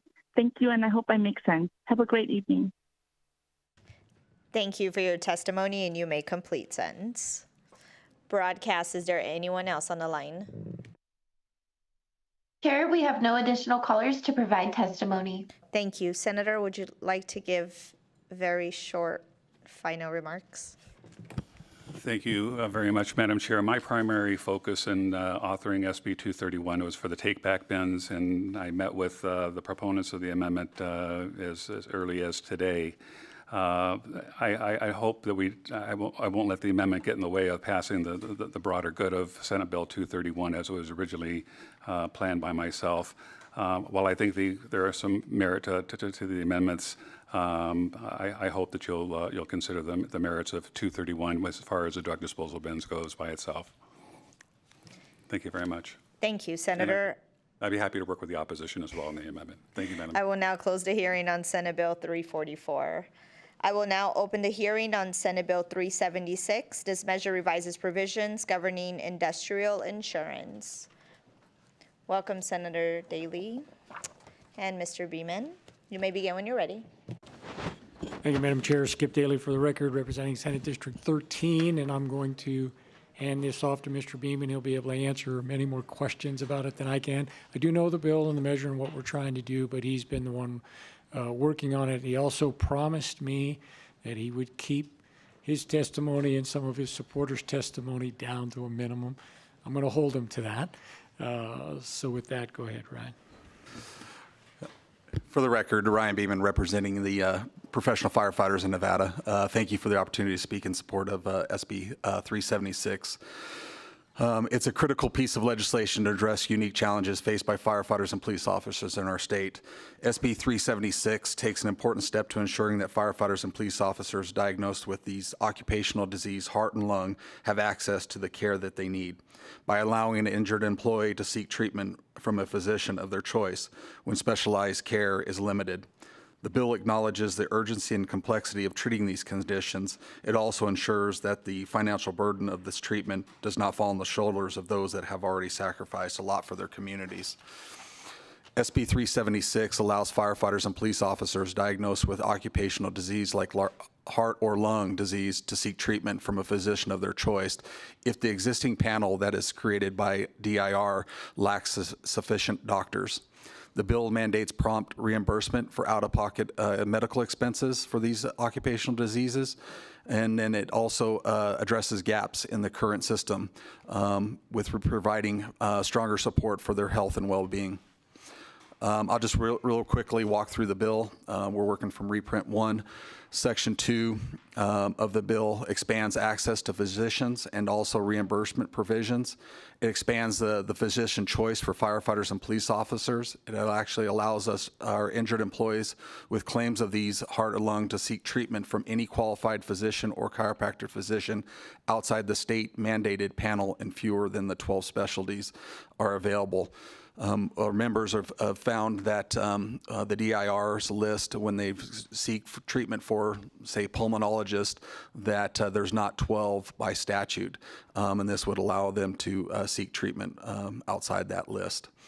Payment flexibility is as I mentioned earlier, it allows them to, for treatment and services, may be paid directly by the injured employee or their covered health or insurer. And then reimbursement provisions, it allows the employee to get full reimbursement from the employer for any out-of-pocket cost for that type of treatment. And then we added strict timelines and penalties for the delayed, along with that the panel or the physician has to be able to seek and treat these employees. When we were going through the DIR list, a lot of our employees, the physicians that are on the list, they are sometimes on these type of diseases 4 to 6 weeks out or 6 months out or unknown timeframes that they can see these individuals. That's just a quick overview of the bill. I'll be more than happy to answer any questions that you might have. Thank you for such a quick presentation. Committee members, are there any questions? No questions. Great bill again today. We appreciate it. And so with that, Sorry, Madam Chair. If there was no questions, if we could just go down to South. We have one member. He'll be quick, just about his experience. Oh yeah, absolutely. Thank you. Sir, you may begin when you're ready in Las Vegas. Hi, good afternoon. My name is Ryan Orton, RYANORTON. Thank you for letting me appear before you today to share my experiences in support of SB 376. There's many details I'd like to share with you today about the workers' comp system and its shortfalls. However, I know we've all been here for a while. In the interest of time, I'll attempt to make my comments brief, and I'm going to be talking fast. In November of 2023, I attempted to seek treatment for a previously accepted occupational disease claim. Part of this process, the first step was to go see a UMC Quick Care doctor. I left this appointment with 3 referrals. My referrals were for a pulmonologist, a cardiologist, and an ear, nose, and throat doctor. When all of this information was sent to workers' comp, the next thing that came was a unfortunate but predictable denial of the reopening of my claim. This started an 8-month battle with workers' comp to include hearings and third-party independent medical evaluation. Finally, in June of 2024, the result of this battle was a finding in my favor and a right to finally go see these specialists. Workers' comp decided to approve these doctors one at a time. First was the pulmonologist. When I went to select a pulmonologist, the DIR list contained 33 doctors. I was unsuccessful in scheduling with multiple doctors, so an informal audit was done, which resulted in 1 doctor remaining on the list out of the 33. This doctor was not able to be my treating physician due to the fact that he was the same doctor that had performed my independent medical evaluation, and this disqualified him from being a treating physician. This then left me with 0 choices of pulmonologists. Next was cardiology. Originally, the DIR list contained 95 doctors. Again, after attempting to schedule unsuccessfully with multiple doctors, the same informal audit was done. This resulted in 27 doctors remaining on the list. I attempted to schedule with 3 of these remaining doctors and told it would be a 6-month wait to get in for an appointment. I was eventually scheduled with my 7th overall choice of doctors. Lastly was the referral for the ENT. The DIR list contained only 2 ENTs treating patients for cosmetic reasons only. If it was a disease process, they wouldn't see you. This left me with 0 doctor choices for an ear, nose, and throat. To summarize, and this is not including the 8 months that was lost to the denial process. For pulmonology, the wait from time of claim acceptance to seeing a doctor was 5 months. I had 0 doctor choices and was arbitrarily assigned one not of my choosing. For cardiology, the wait from time of claim acceptance to seeing a doctor was 6 months, and I was able to finally get into a 7th overall choice. For ENT, to this day, I still have not been able to see a doctor. There are 0 choices, and it's been nearly 1 year. I think this shows the law as it currently written is not working in the areas of patients being able to choose their doctors, which is very important, or being seen in a reasonable time frame.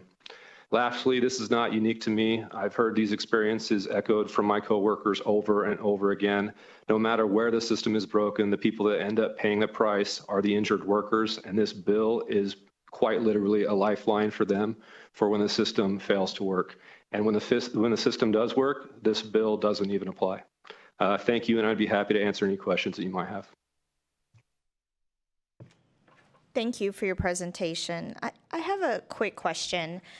And I don't practice work comp, and so when you say you have 0 choices on a list and you've been referred to, so for example, a cardiologist, and you have 0 choices, what happens at that point? Do you just not see anyone at all? Or if you do choose... So let's take, I'm sorry, I don't mean to interrupt. Ryan Orton, for the record. Let's take the pulmonologist as an example, because that's where there was 0 choices. Okay, so like I said, there was 1 doctor left on the list. I said, okay, I mean, I guess, can he be my doctor? And they said, no, he did your IME, so he's now disqualified. So there's 0 doctors left. So I said, okay, what are my options? Where do we go from here? Do you send me out of town? I mean, what happens? And basically what happened, to expand on that a little bit, is there's Corvell, which is who Clark County uses for workers' comp, and then they've now use what's called a nurse case manager service. It's called Eagle One, and that person is the one that I communicate with. So when I ask them what's next, she says, well, let me try to figure something out. So just through her relationships with doctors and the job that she does, she reaches out to somebody and says, hey, would you be willing to take on this guy's case?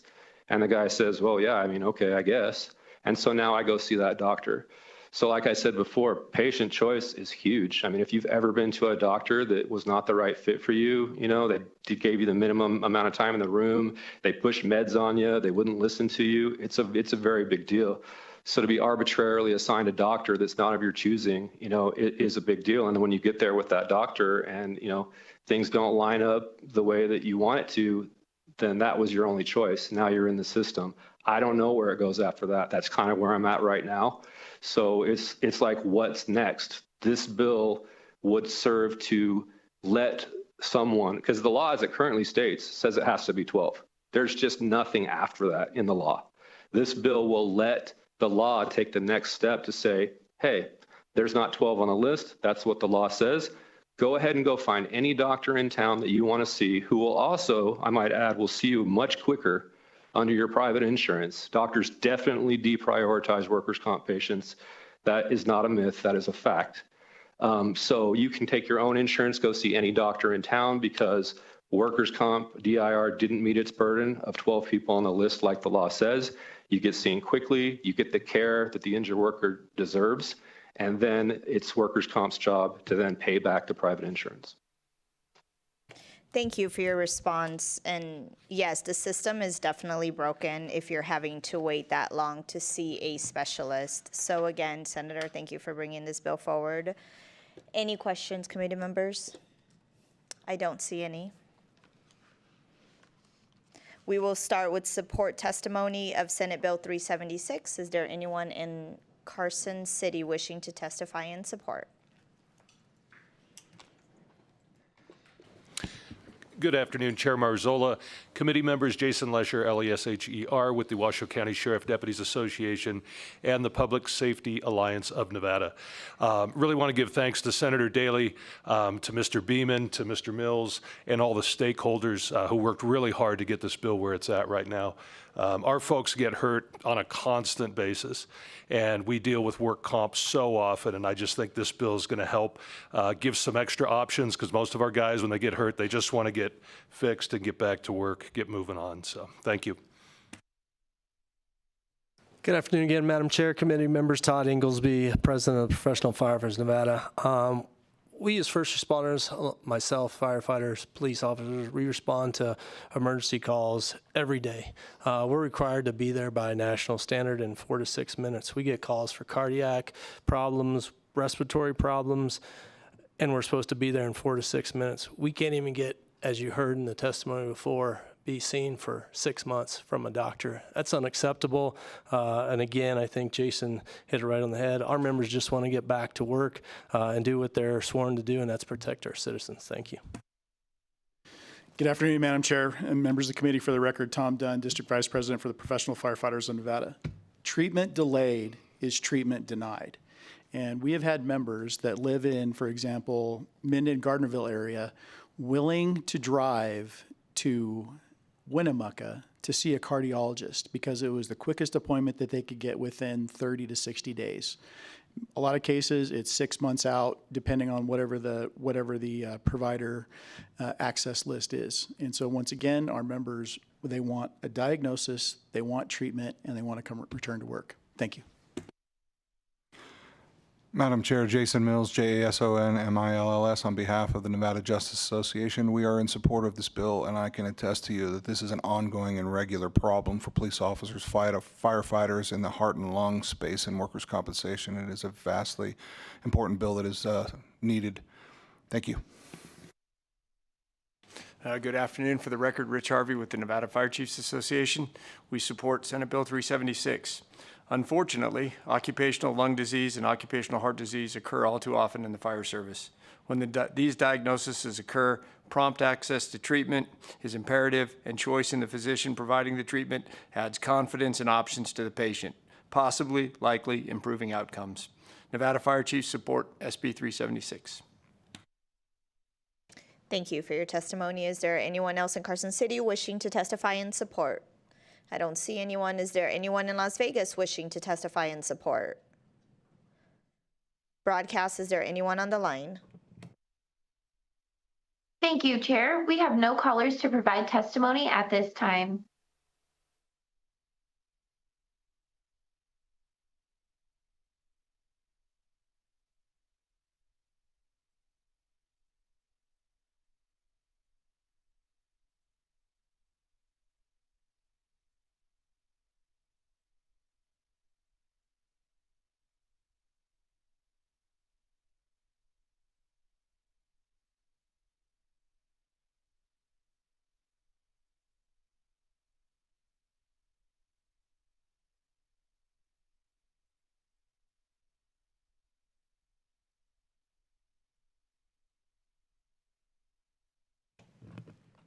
Broadcast, is there anyone on the line?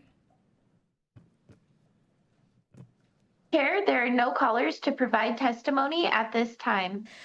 Thank you. We will move to testimony in opposition of Senate Bill 376. Is there anyone in Carson City wishing to testify in opposition? I don't see anyone. Is there anyone in Las Vegas wishing to testify in opposition of Senate Bill 376? Broadcast, is there anyone on the line? Thank you, Chair. We have no callers to provide testimony at this time. Thank you. We will move to neutral testimony. Is there anyone in Carson City wishing to testify in neutral? I don't see anyone. Is there anyone in Las Vegas wishing to testify in neutral of Senate Bill 376? Don't see anyone walking up. Broadcast, is there anyone on the line? Thank you, Chair. We have no callers to provide testimony at this time. Thank you. Senator, would you like to give any closing remarks? Just very quickly, Madam Chair, Skip Daly again for the record. You have an opportunity here in a bill that you don't often get, which is to right some wrongs, and thank you for your consideration. Thank you, Madam Chair. Ryan Bean, representing the professional firefighters. I just wanted to say thank you to the committee for hearing this important piece of legislation, and to Senator Daly and also Senator Steinbeck for sponsoring this legislation. Thank you. Thank you both for bringing it forward. I will now close the hearing on Senate Bill 376. I will now open up for public comment. Please address your remarks to issues that fall within the jurisdiction of this committee. Public comment is limited to 2 minutes per person. Is there anyone in Carson City wishing to provide public comment? I don't see anyone. Is there anyone in Las Vegas wishing to provide public comment? No one is walking up. Broadcast, is there anyone on the line? Chair, our public lines are open and working. However, there are no callers to provide public comment at this time. Thank you. Members, this will conclude our meeting for today. We will see each other again on Friday. This meeting's adjourned.